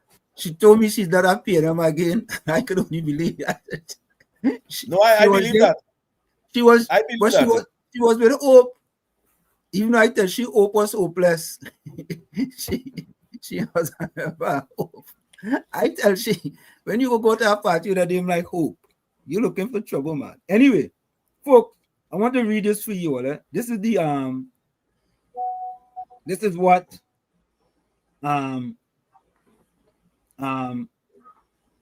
YouTube decided to not allow me to post. All right. Let me forward this to Tommy. Tommy, after I read this, Tommy, you can play the next voice note I send you there. Let me read this for you guys. Don't worry. This is from Ken Ali, right? And while we have it up, I want you all to take a look at this. This is, let me give you guys what that is on the screen, all right? You see, all them big words are using about the P&M. It's true big words, eh? You know, COP, I don't know if you all know Trinidad Rio. He had a calypso called the Big Words, man. Yep. Yeah. You remember that? Yeah, Trinidad Rio. Trinidad Rio, yeah, the Big Words, man. But the famous one is No Jaws. Yeah, no jaws at all. Them fellas playing and no jaws. Which one is this? Hold on, let me read this for you guys. I want to read the one on the screen. It have a lot of others, but let me read the one on the screen. Okay. The one on the screen is from, let me see this one here. Come on, turn around. I didn't turn in sideways. All right, here we go. The one on the screen is from, all right, here we go. MG, Daily, and Partners. And just so you all know, the partners are, or were, or are, Martin G. Daly, Joanne Julian, Sharon Clark Rowley, Sashi Inder Singh, Christopher Sluchan, and Helen Arrojo. Associates, Cinder S. Alexander, Aisha Donowa, and consultant was Elton A. Prescott SC. Right? So you all see who is one of the partners. You all here, right? Yep, Sharon. Yes, let me read it now for you guys. This is dated February 6, 2018. Okay. Trinidad and Tobago Housing Development Corporation, 4446 South Key. Attention, Managing Director. Right, this comes from MG Daly and Partners. Attention, dear sir, deed of lease made between yourselves and Eloise Gonzalez, Victoria Keys, Unit 1D, Tower 2. We refer to the caption matter and enclose herewith the original deed or lease for execution by yourself. Upon execution, please forward same to MG Daly and Partners. We also enclose herewith the original share certificate for execution by your good selves. Yours faithfully, Helen Arrojo, attorney at law. Okay? So that's to give you guys the facts, right? Now let me go to what Ken Ali put up today. And let me read that for you guys. I tell you, when you come here, you get the truth, the whole truth, and nothing but the truth, you know. You may not want to believe it, but so here it is, folks. This is an article by Ken Ali on Facebook, which YouTube took down from our page, WZYE 95.9 F, WZYE TV. All right. Do PNM awarded HDC houses further explain anti-Kamala statement? Ralph Gonzalez, is that you? Let me repeat that. Do PNM awarded HDC house further explains anti-Kamala statement? Ralph Gonzalez, is that you? You know what they say, boy? What did I say? Cream always rises to the top. That's right. They say that, right? That when they're making coconut oil. Also, whatever is in the darkness must become in the light. Correct is right. There we go. Right? You see, the PNM did a lot of vindictive, evil, wicked, dastardly things in the dark. And just imagine if we had to deal with them for another 5, 10, 15, 20, 25, 30, 35, 40, 45 years with the same bunch of people in there. Same bunch, you know. Same bunch. Let me continue reading. Vinci Strongman, Dr. Ralph Gonzalez, must say whether 3 close family members were allotted exclusive Housing Development Corporation houses, while thousands of locals are deprived of their own shelter. And I could tell you guys, my family member is a police officer. Have all the documentation, every single piece of document. And to this day, she can't sniff a doorknob on her HDC house. Sniff a doorknob on her HDC house. And you know what make it even worse? I ain't gonna say that. Let me don't say that one. Let me continue. Anil Roberts has revealed that 3 people identify as Gonzalez's wife, Eloise, son, Storm, and daughter, Soleil, I hope I pronounce it that, were assigned $1 million upscale houses. The accompanying document tells a compelling story. The evidence suggests that Gonzalez, Prime Minister of St. Vincent and the Grenadines, since 2001, has a home, well, 3 actually, in Trinidad and Tobago, heavily subsidized by taxpayers. He could choose to hang out in TNT if he loses his country November 27 general election. If the housing beneficiaries are indeed Gonzalez's family member, what is the official HDC explanation for favoring privileged non-nationals over distressed locals on long waiting lists? Was there official application from the Vinci First family? And if so, when? What is the HDC policy that allows well-placed non-TNT nationals to skip the waiting line for scarce public housing? The allocation appears to be further cement Gonzalez's abiding ties to the PNM and provides fresh insight into his current antagonism toward Prime Minister Kamala Prasad Besessa. That's why we say cream always rises to the top. And Tommy, what is the other one?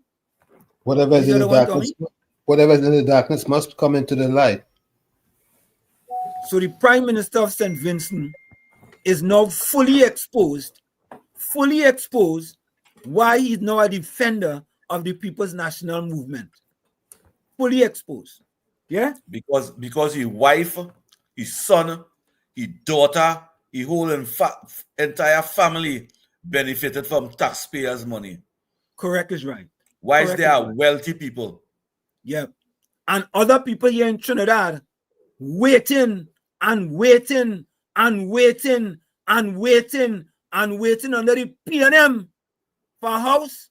And the waiting, although they're waiting, they qualified. Qualified? They qualified and waiting. And what they get? They get worse than salt. They get salt. They get worse than salt. If you say salt, that's good. At least they get something. They get worse than salt.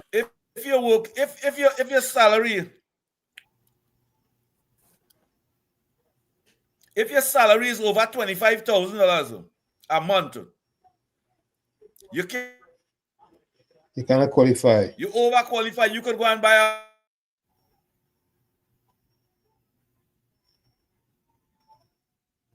All right, COP internet getting little problems.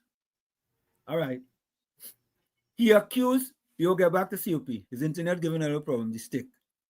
He accused PM Prasad Bisesta of misguided notion in the current CARICOM diplomatic tiff with respect to United States military. Yeah, hold on, COP. Build up in the Caribbean Sea. Your internet went there for a little bit. Never mind that this tiny territory of 110,000 residents is assailed with brutal crimes, 54 ghastly murders last year, heavily fueled by free-for-all drug transshipment. Years of empty and predictable talk by CARICOM bosses have not impacted the money-spinning billion-dollar cocaine and weapons trade. Indeed, CARICOM countries in which there were more than 3,000 homicides last year were destabilized by narco underworld, while Gonzalez and his pals spewed absurdities. The discussion over the U.S. role in the region is useful and expected, but Gonzalez appearing to adopt hardline PNM speaking notes is another member. Could the exposed of the award of luxury homes to the Gonzalez clan help us better understand the Vinci's PNM stand? He has a responsibility to tell all to TNT, and especially to this country, as it goes to the polls at month end. And folks, I have 23 of which I was going to show you guys tonight on YouTube, but YouTube took it away. And let me see if I could read one of this here. Let me read one of this for you guys. Let me read this one here. So this is Dr. the Honorable Rav E. Gonzalez, Old Montrose, St. Vincent and the Grenadines. And this is Miss October 11, 2024. Miss Daniel Taylor, Customer Sales Supervisor, Republic Bank Limited, Westmore Branch, Trinidad and Tobago. Dear Madam, I'm writing this letter to confirm that I, Rav E. Gonzalez, am the father of Solil Gonzalez, and to express my commitment to provide her with 7,000 TT monthly to facilitate payment of a mortgage for the address Victoria Keys Tower 2, Apartment 1A, Diego Martin. I understand the significance of this commitment and the responsibility I'm assuming. I will appreciate any courtesies that could be extended to her. Sincerely, Ralph E. Gonzalez, Dr. the Honorable Ralph E. Gonzalez. You hear that? Yep. Any courtesies that could be extended to her. Yep. Well, you know what that means, right? That's just one of the letters. That's just one. Let me see if I can find another one. Professor, was she there entitled to ask, you know? Okay. Ralph Gonzalez, his wife, his son, his daughter, them entitled to ask for opportunity for AGC houses, you know? Yeah. But it's up to the AGC management and them to give it. And if it's transparent and if it's against the law. Well, let me read this one for you. This is from HDC. 19th of January 2018. To Miss Eloise, I hope I'm pronouncing that, Eloise Gonzalez, number 11, Silver Oaks, Montcoco Road, Pity Valley.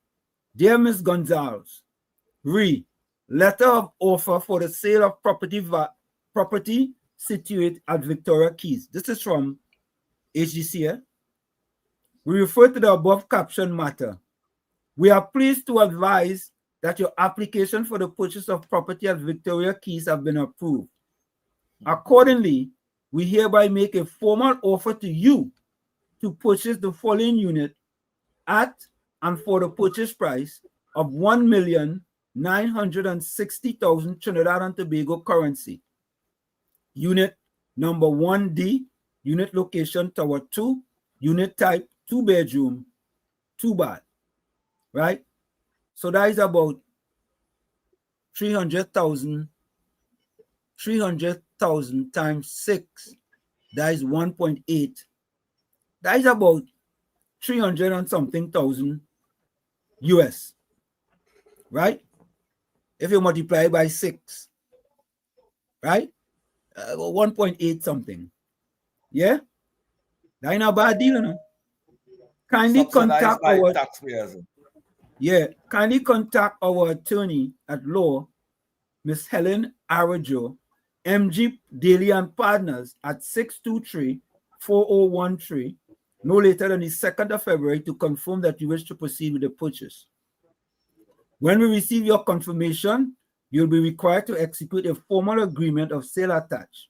You're also required to pay the deposit of 10% on the above stated price, 196,000 Trinidad and Tobago currency, right? So that is about 30,000 US dollars. Well, I ain't bad, boy. I COP, I need to see if I get one of them too, boy. I want if the wife go, we engage me in that way. Misconduct in public office.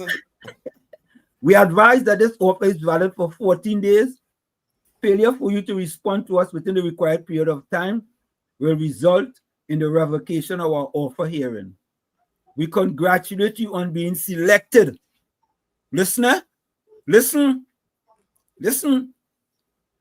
We congratulate you on being selected and look forward to receiving your early response. Yours faithfully, Trinidad and Tobago Housing Development Corporation Managing Director. That's from HDC. Only see for yourself. So so why the family could not look for one house? Why each one of them had also get different houses? Yeah. You think it's easy? Those houses are never subsidized by taxpayers. Me and you subsidize that. For Caribbean brothers and sisters to get the opportunity. Plus Prime Minister, wife and family. Keith Rowley should have that. Camille Robinson Regis. Wait till me take the call. Should I take the call? Yeah, take the call. Take the call. WZYE. You're live. Good night. Good evening, sir. Hello, Uncle Tom? Yes, sir. Yeah, good night, fellas. Uncle Tom and COP. And Ward. Professor Wall Street. Professor Ward. Yeah. The runner. The ambassador runner. Good night. Yeah. The problem I have with these kind of things, when these information come out, why nothing does end up happening? No justice doesn't come out. It's just nice information like that coming out from this old scam. You see where the Rowley, like the Rowley generation, that Gonzal fella. And he bad talking, Camilla. Yeah. And he sucking milk out of we here. He milking we. Yeah. But we authorities need to do something with this kind of information, with this kind of wickedness, with Rowley and Patrick and we. All them things I see me going on, and I Rowley have a part of doing all of that. It's the same evil kind of wicked thing. The authority is supposed to do something about that. It makes sense we getting all this thing and seeing all this evil, and then it just lying low and PNM people coming and talking well like if it's nothing. This the way how that Gonzal fella tried to bring down Cabela, and then the foolishness way he doing in the country. The people from St. Vincent and all supposed to rebel against get you out of the politics. Some kind of justice supposed to happen with this information. Where we fraud squad doing? Who is the people in Trinidad could really help me to get justice for these things? Have a good night, fellas. Thank you. Yeah. Mr. Atlanta, call back. Let me take this call. Our man from St. Vincent, bossy head for talking nonsense, you know. Ralph Yep. Gonzalez, you remember that? When our man bossy head for talking choppiness. Yeah. Mr. Atlanta, call back. You know, Good folks, night to you, Mr. Atlanta. Yeah, let me read the next one for you. Let me take this call. Mr. Atlanta, welcome. Mr. Atlanta. Hello? Good afternoon. So, congratulations on your goal. Thank you. A bronze. Thank you very much. I appreciate it. Yes, you made Trinidad proud. But Thank you. you are on the topic of the Gonzalez Prime Minister. Yes. Yes. Oh, I wasn't hearing you. Yeah. Yes. When you get this information, Where? was it answered? The letters you read out.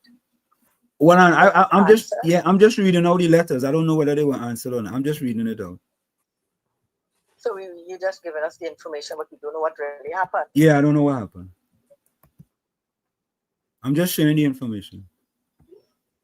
Okay, I would have liked to know what went on. But anyway, why, as the caller before said, why do we wait till this minute now to be speaking about it? Somebody should have known.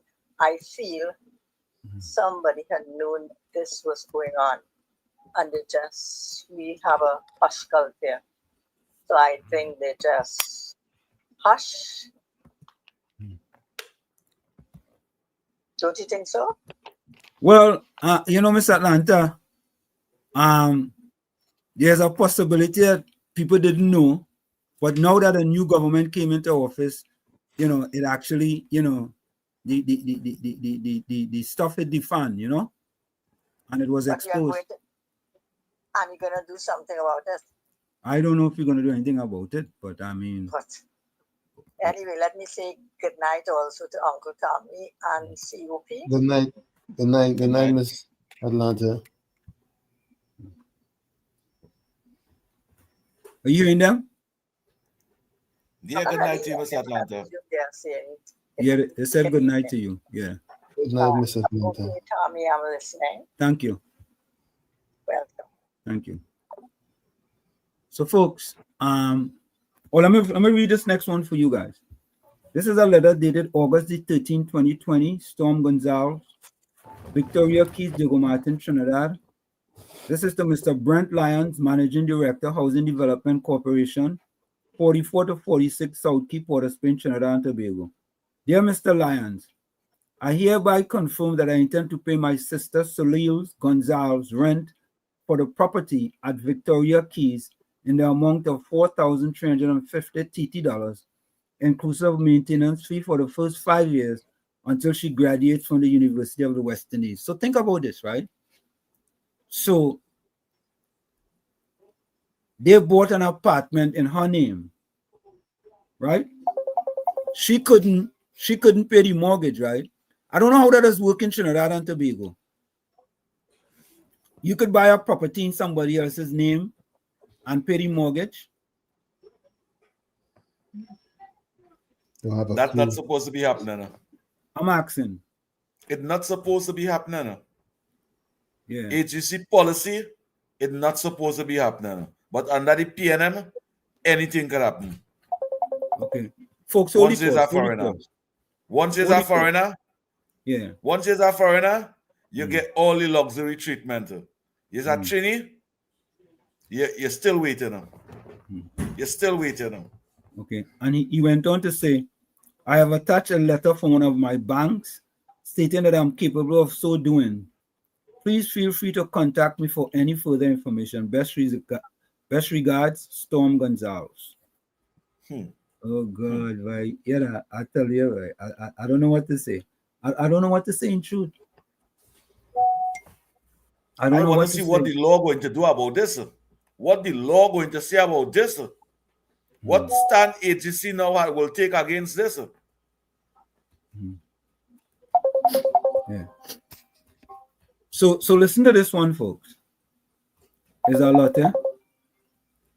Ministry of Labor, on-the-job training, 21st of June 2024, right? Holy caller. Mrs. Solil Gonzalez at 1 Victoria Keys Housing Department, Diego Martin.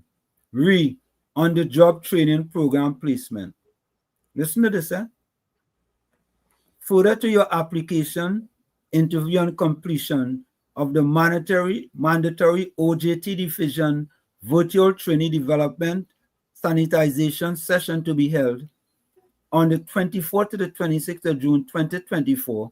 The on-the-job training division is pleased to confirm your assignment as a trainee in the position of clinical teaching assistant in small animal medicine and hematology, effective July the 1st, 2024 to the 30th of June 2026. You all hear that? Did you all hear that? Yep. Not only did she get an AGC apartment, she got work too. Yep. She get a work too. Why is she going to school?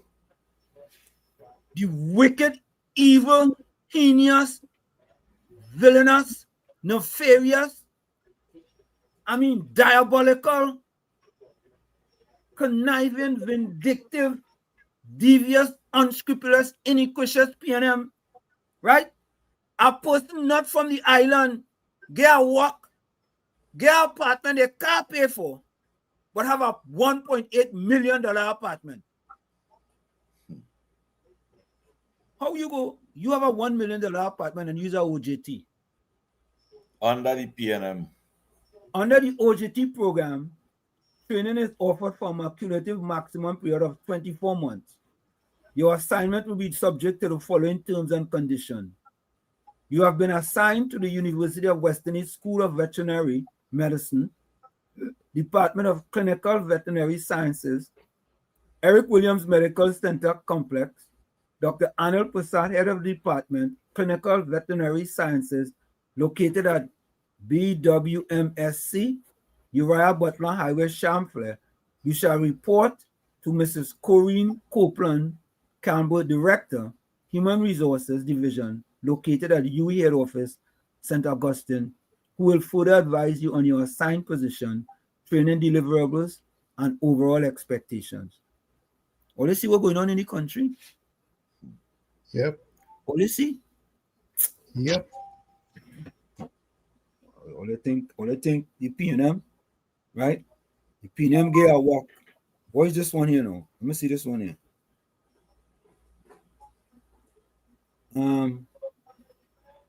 Boy, so much, It's about 23 of these letters. 20 letters. I want to see the authorities and them act on these misconduct in public offices, because it is misconduct in public offices. And while they're reading out them information and they're bringing out the fake facts, I want them to report it to the police. And that is how investigation is launched. I am saying, Anna Robert, take it to the police. You have a check here from Republic Bank for 200,000 TT. 200,000. Caller, welcome. Caller, turn on your radio or your TV. Caller. Hello. Welcome. Yeah.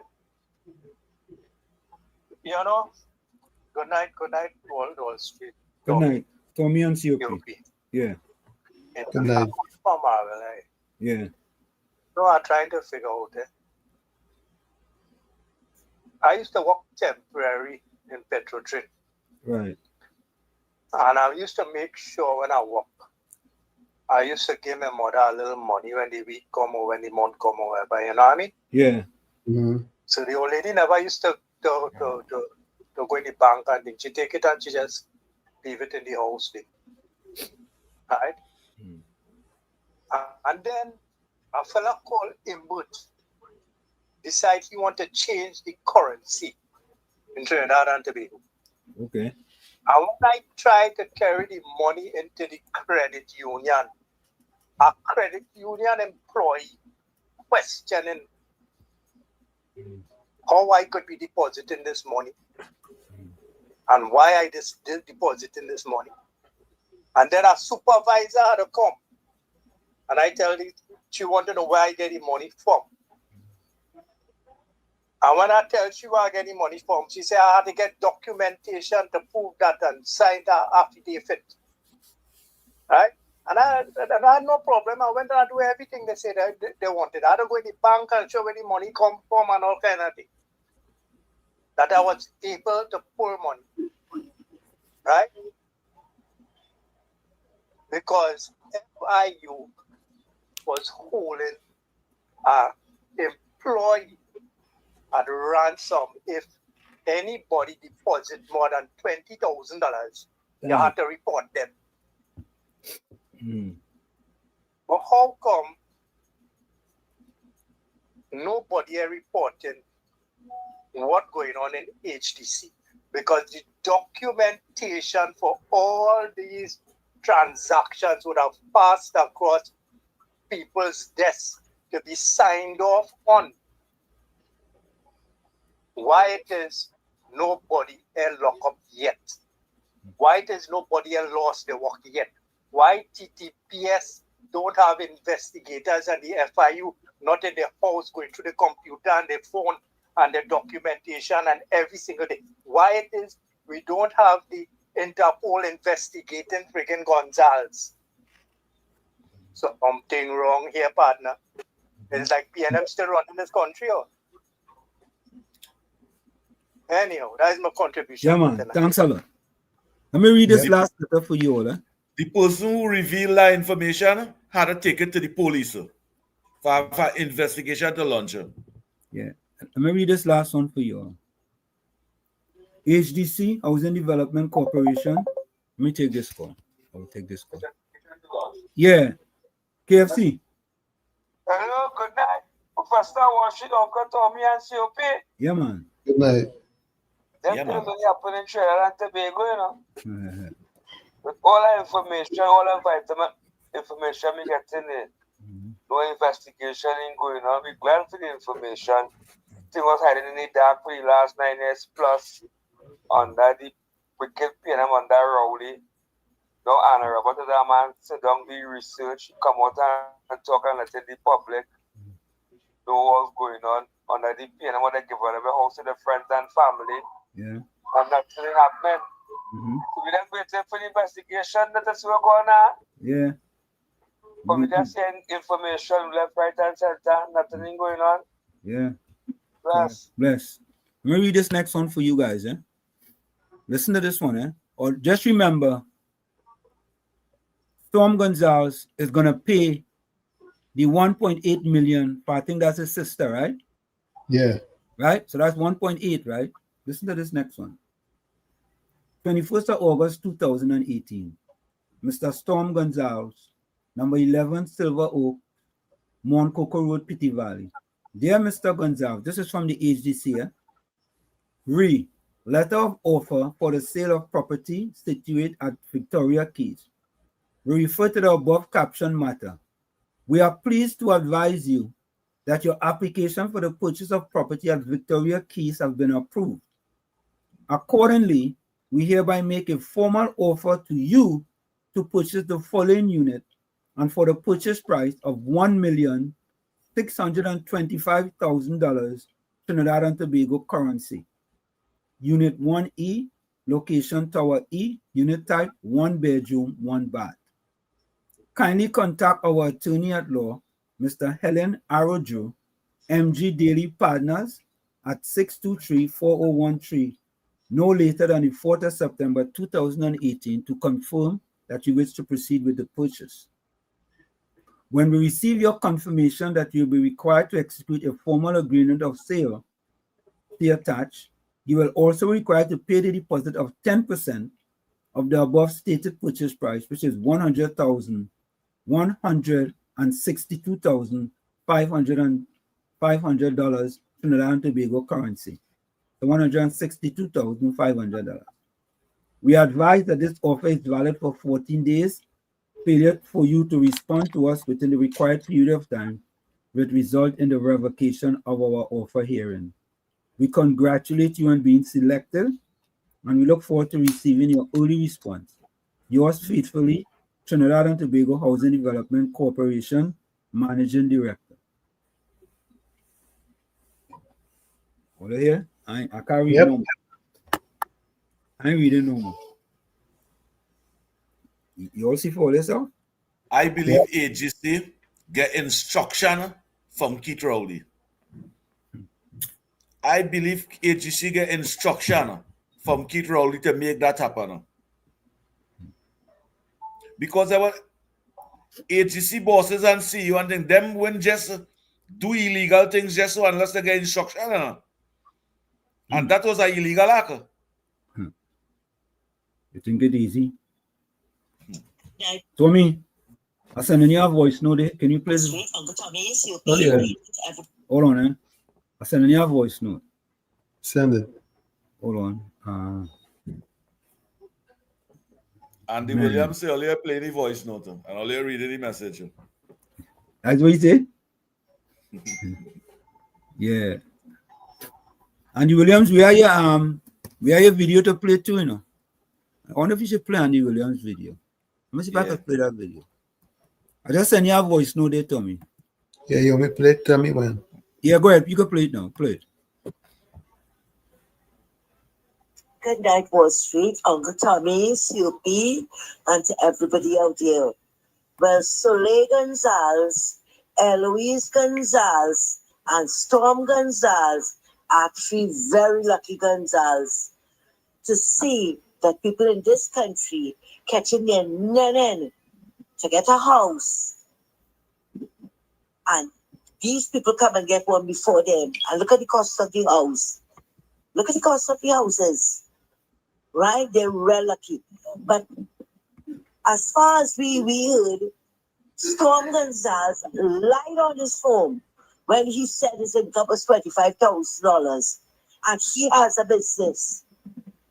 He has a business. But you see, different strokes of PNM folks. And from what we are hearing also is that Eloise Gonzalez has a bank account, I think in the Bahamas, $400,000 US. It also may have you questioning, how did a certain campaign manager, a fisherman with twins,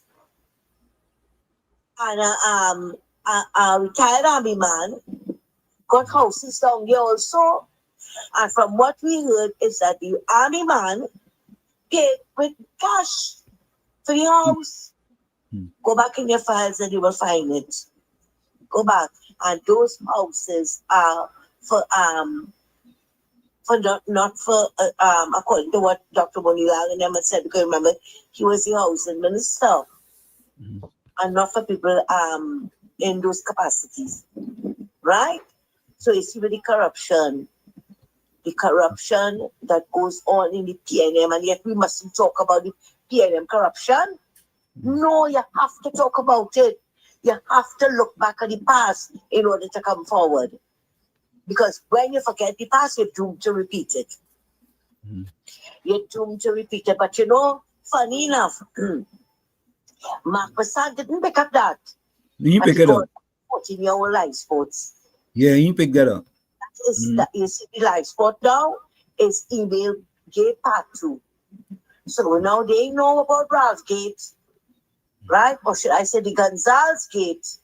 But they will know about live sport. Thanks a lot and have a good night. Thank you. Well, you see, folks, put your closing comments in the chat and send your closing voice notes. Put your closing comments in the chat and send your closing voice notes. You know, it's so disappointing, boy, that there are many Trinidadians who would love to have an apartment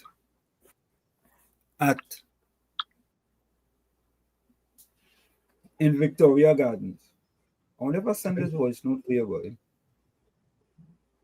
I think I sent this voice note to him. Victoria Keys. Victoria Keys, yeah, Victoria Keys. And good night to the panel, good night to the country and the world. Let me see if Tommy, I send in our next voice note. Go ahead. Folks, I am just amazed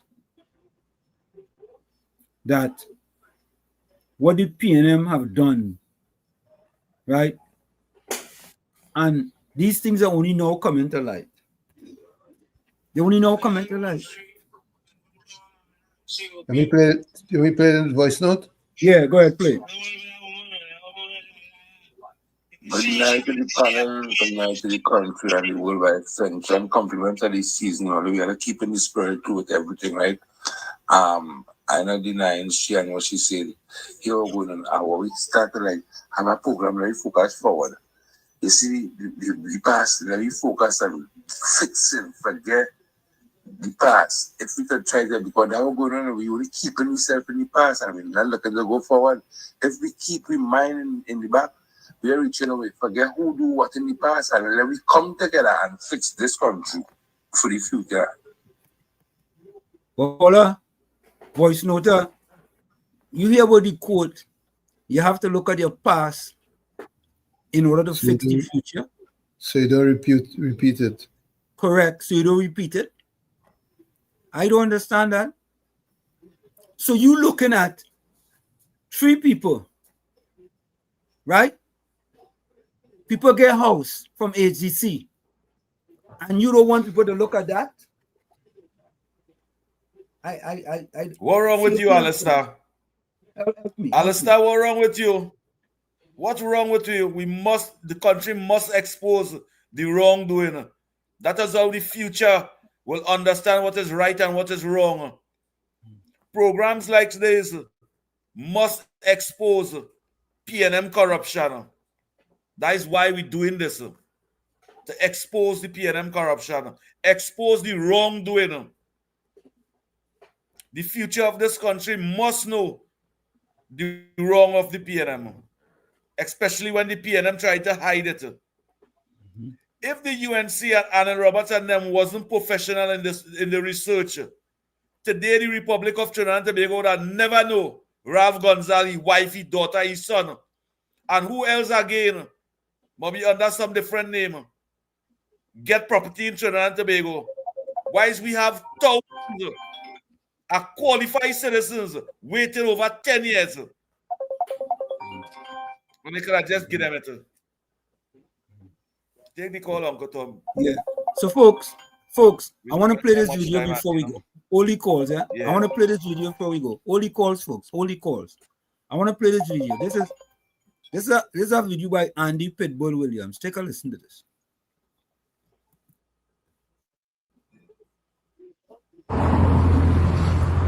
Trinidad and Tobago, no truly the Pitbull radio. And a real vex. I always vex. And principle is principle. Right now, I'm in front of the constituency office of Brian Manning. Patrick Manning, the late Patrick Manning's son. And real disappointed in him. And I want to believe Patrick Manning will be turning in the grave.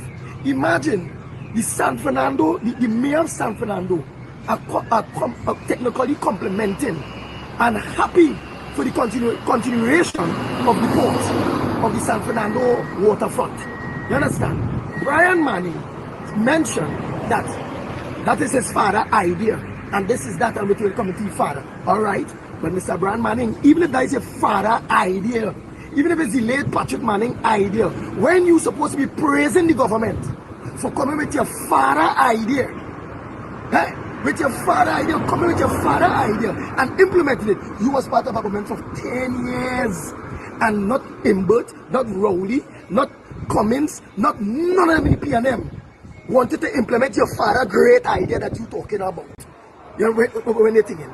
A man, the PNM leader, former leader, Dr. Christopher Rowley, mentioned that he went liquor to for a man who pay him out of the car. Remember? All kind of thing. Hit your father's spray blow. Today your father gone.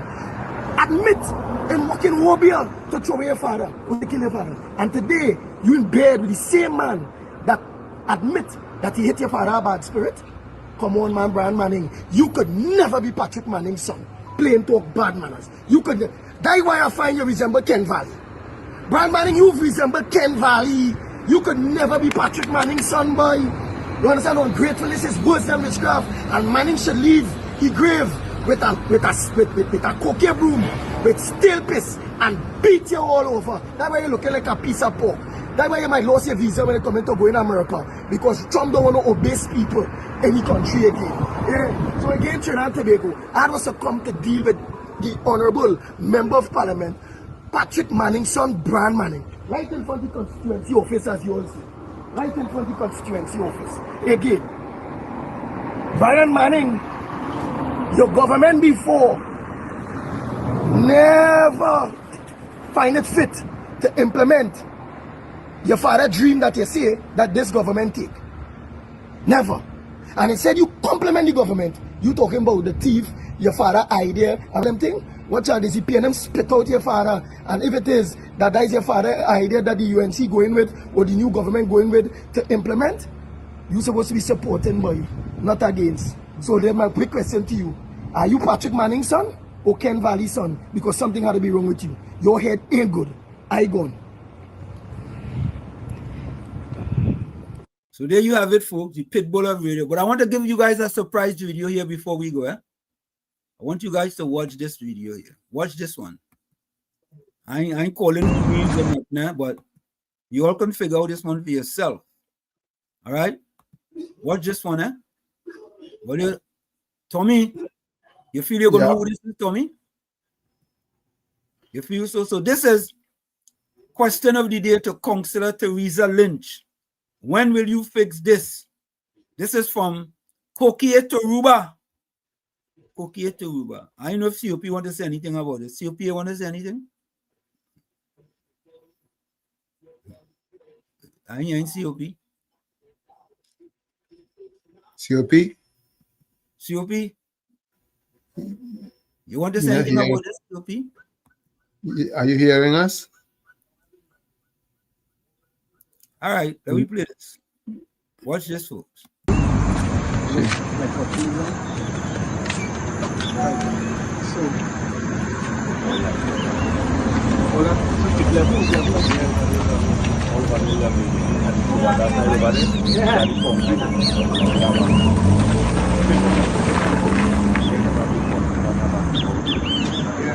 That was the platform. Watch it there, folks. Let's see what it look like. I question for PNM Councillor Teresa Lynch from Kokie Toruba. When will you fix this? You want to know where I put this on the right there in the middle?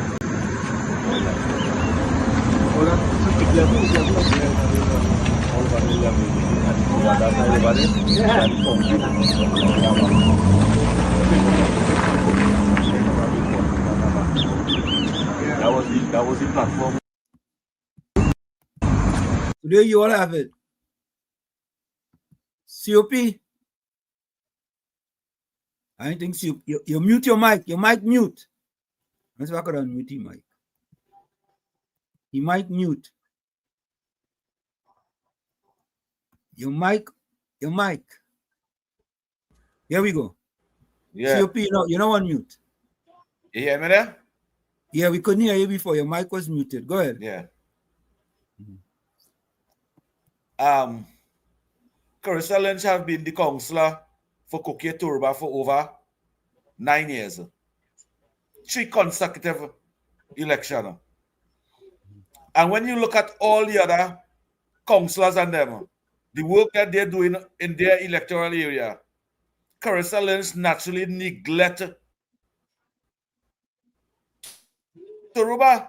Naturally neglect. She have the ability to ensure that all play parks, play field, cut, maintain, side roads, patching, and paving. Carissa Lynch just neglect all them things and reaping the benefit and the opportunity she have as being a councillor. and just not. Why it is Carissa Lynch can't get the play park and they cut. We have over 485 HC houses in this community, and not one of the children of them could go and play in that savannah because of the neglect of Carissa Lynch.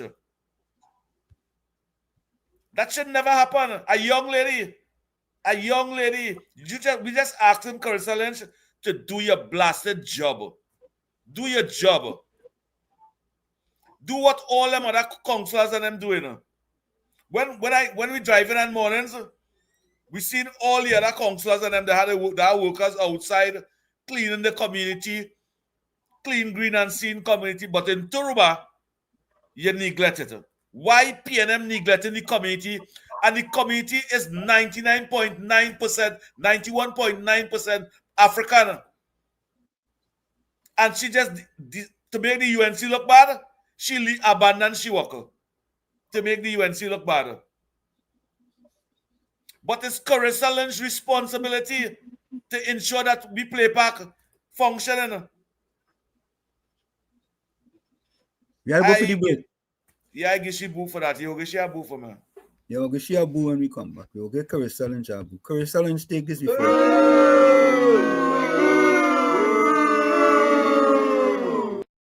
Folks, we're going to take that break and we'll be right back. You're listening to WZYE 95.9 FM. You are listening to WZYE 95.9 FM, the most influential name in Caribbean radio in the tri-state area. Broadcasting from East Orange, New Jersey, the most influential name in Caribbean radio, WZYE 95.9 FM. We are back with you. It's In the Village with Uncle Tommy, COP, Professor Washington, you on WZYE 95.9 FM. We come to you every Monday, Tuesday, and Thursday from 7 to 10 p.m. That's every Monday, Tuesday, and Thursday from 7 to 10 p.m. Don't forget, folks, whenever you join us, do your WZYE civic duty. Share the live. WZYE 95.9 FM on Facebook. Subscribe. WZYE TV and YouTube. And you can reach us here at 973-868-1444. That's 973-868-1444. Also at 973-609-6509. That's 973-609-6509. And as the professor said, please share the love as soon as you get in. And we thank you. So, folks. And this is for the over 400 on YouTube.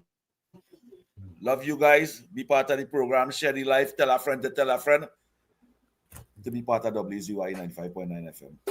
Thank you very much. And folks,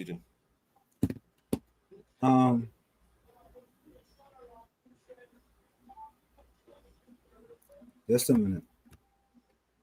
This thing gave me a little bit of problems here. Okay, hold on. Let me see. Here we go.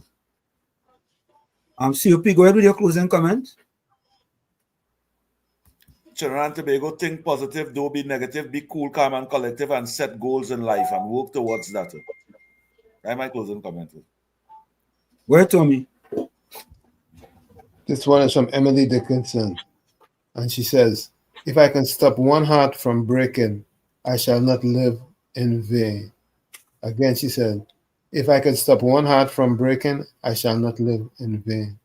Like I always say, you're the man in the mirror. You have to become that change you want to see. However, if you look at the mirror and you don't like what you see, you cannot blame the mirror.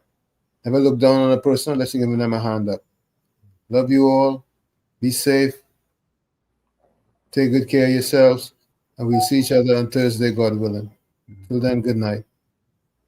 Thank you. You're welcome. My closing comment is take the first step in faith. You don't have to see the whole staircase. Just take the first step. From where I sit, this is it. The clock on the wall say that's all I like to say, but I've got to go. Remember, hard work beats talent. When talent does not work hard, and for every 60 seconds of anger, you lose 1 minute of happiness. Remember, your circumstances determine who you are, but you are responsible for who you become. Let me go into the WhatsApp to see what I have. Let me see. Let's closing comment.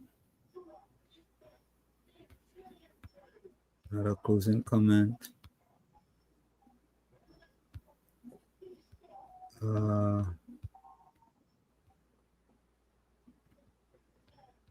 Okay.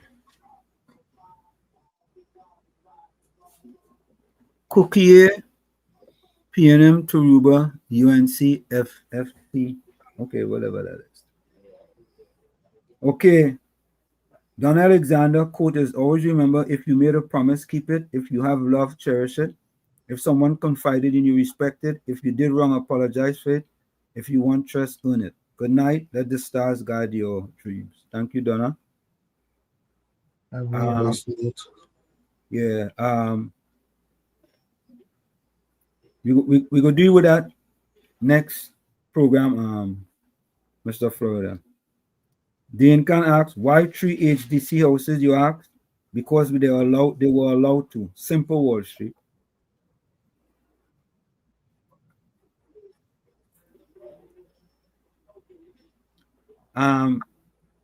Mr. I got this from someone. It said it's alleged that Ralph Gonzalez's wife is a Trinidadian and she bought the houses on the open market, but she didn't buy them. Based on what we just read, it wasn't her. Can we have a voice note, you said? Yeah, dry gin. Go ahead. Aye, low jack gamble. To go. Good evening again. A very interesting program today, though. I must say, having Miss Tishara there. Yeah. What I find strange but not surprising, is that no question came up about insider trading. But as most of you will know,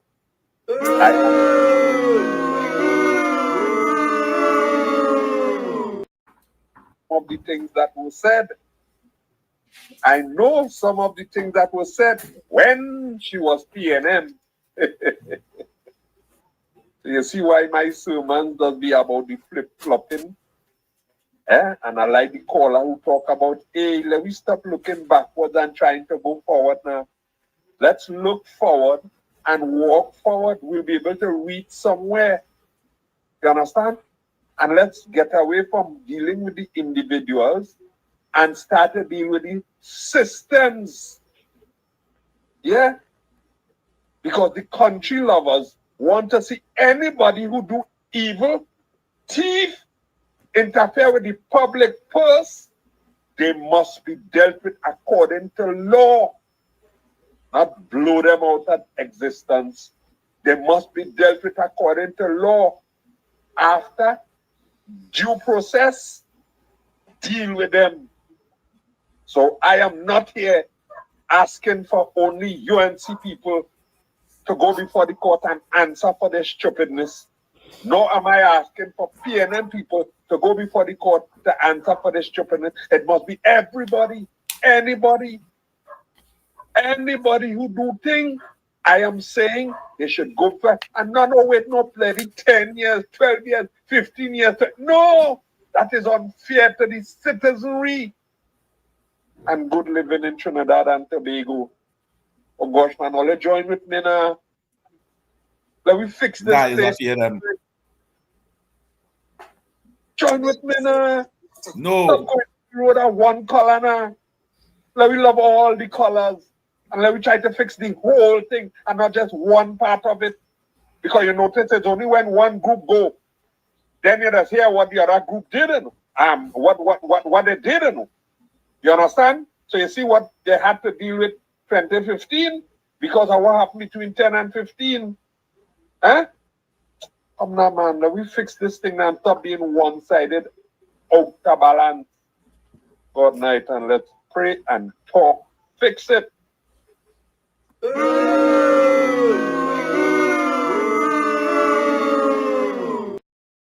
So, folks, here is the closing comments from the chat.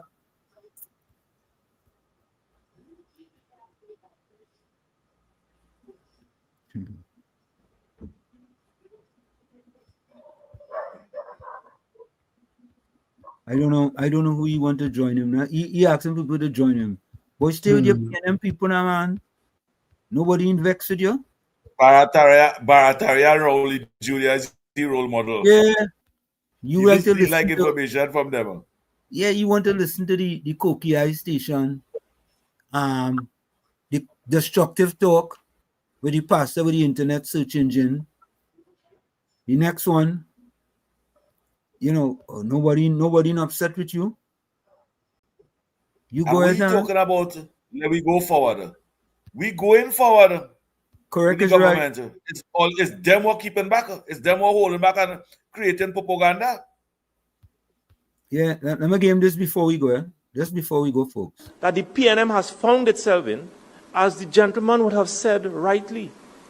Dr. Eric Williams, many years ago, said that every single member of the PNM is a propagandist of the PNM.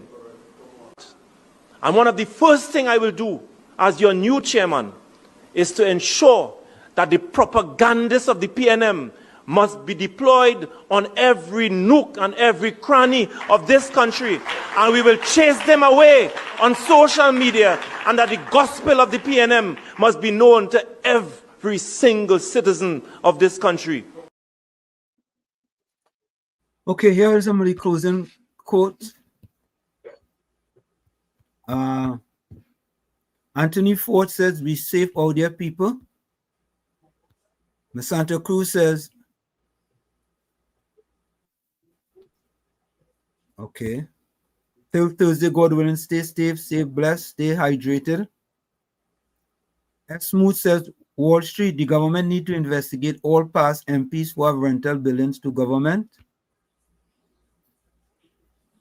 Monty Steele says, closing comments, Tommy Mohammed, Rajendra Maraj, I hope you'll always remember that I think UNC made attempts on constitutional reform at fullest scale possible, but were turned down by PNM protesters and therefore couldn't carry forward.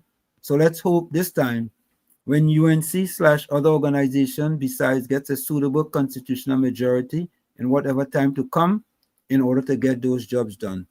So that is Monty Steele. 07 Alana, stay good everybody, keep boycotting the 1% media. Anthony Ford, everyone locked on, bye, stay blessed. Susan Lalchan, good night, Wall Street, Uncle Tommy and COP and everyone else. Sweet dreams and God bless you. See you on Thursday. George Ramdeen, my closing remarks is, I'm so ashamed of what the PNM was allowed to do us. God have mercy on TNT, and so we save we from the PNM. S. Smooth says, only tonight guys on the beat begging to even work in disgusting drains for $150 a day, but PNM giving millions HC services and work. The Santa Cruz closing comment, no one who build their happiness on other sadness will fare well, unknown. S. Smooth says, to whom much is given, much is required. Cool Runner says, truth is like surgery, it hurts, but it heals. A lie is like a painkiller, it gives instant relief, but has side effects forever. Tommy Mohammed closing comment is this, I hope in my lifetime I see plenty former PNM ministers and officials get incarcerated. Tommy Mohammed says, my next closing comment is this, we need a brand new constitution now, not later. So there you have it, folks. That is, let me see. Nadira says, good night, everyone. Good night to you, Nadira.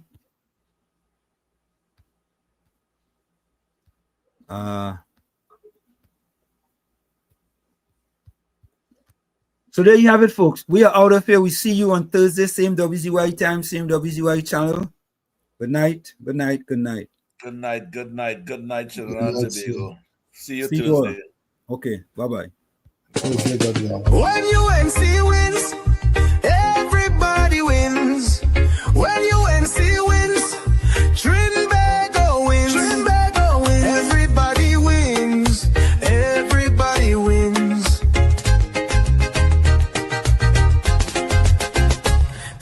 neighbor, tell your friend, now is the time to rise and shine. Tell your mother, tell your father, now is the time to decide.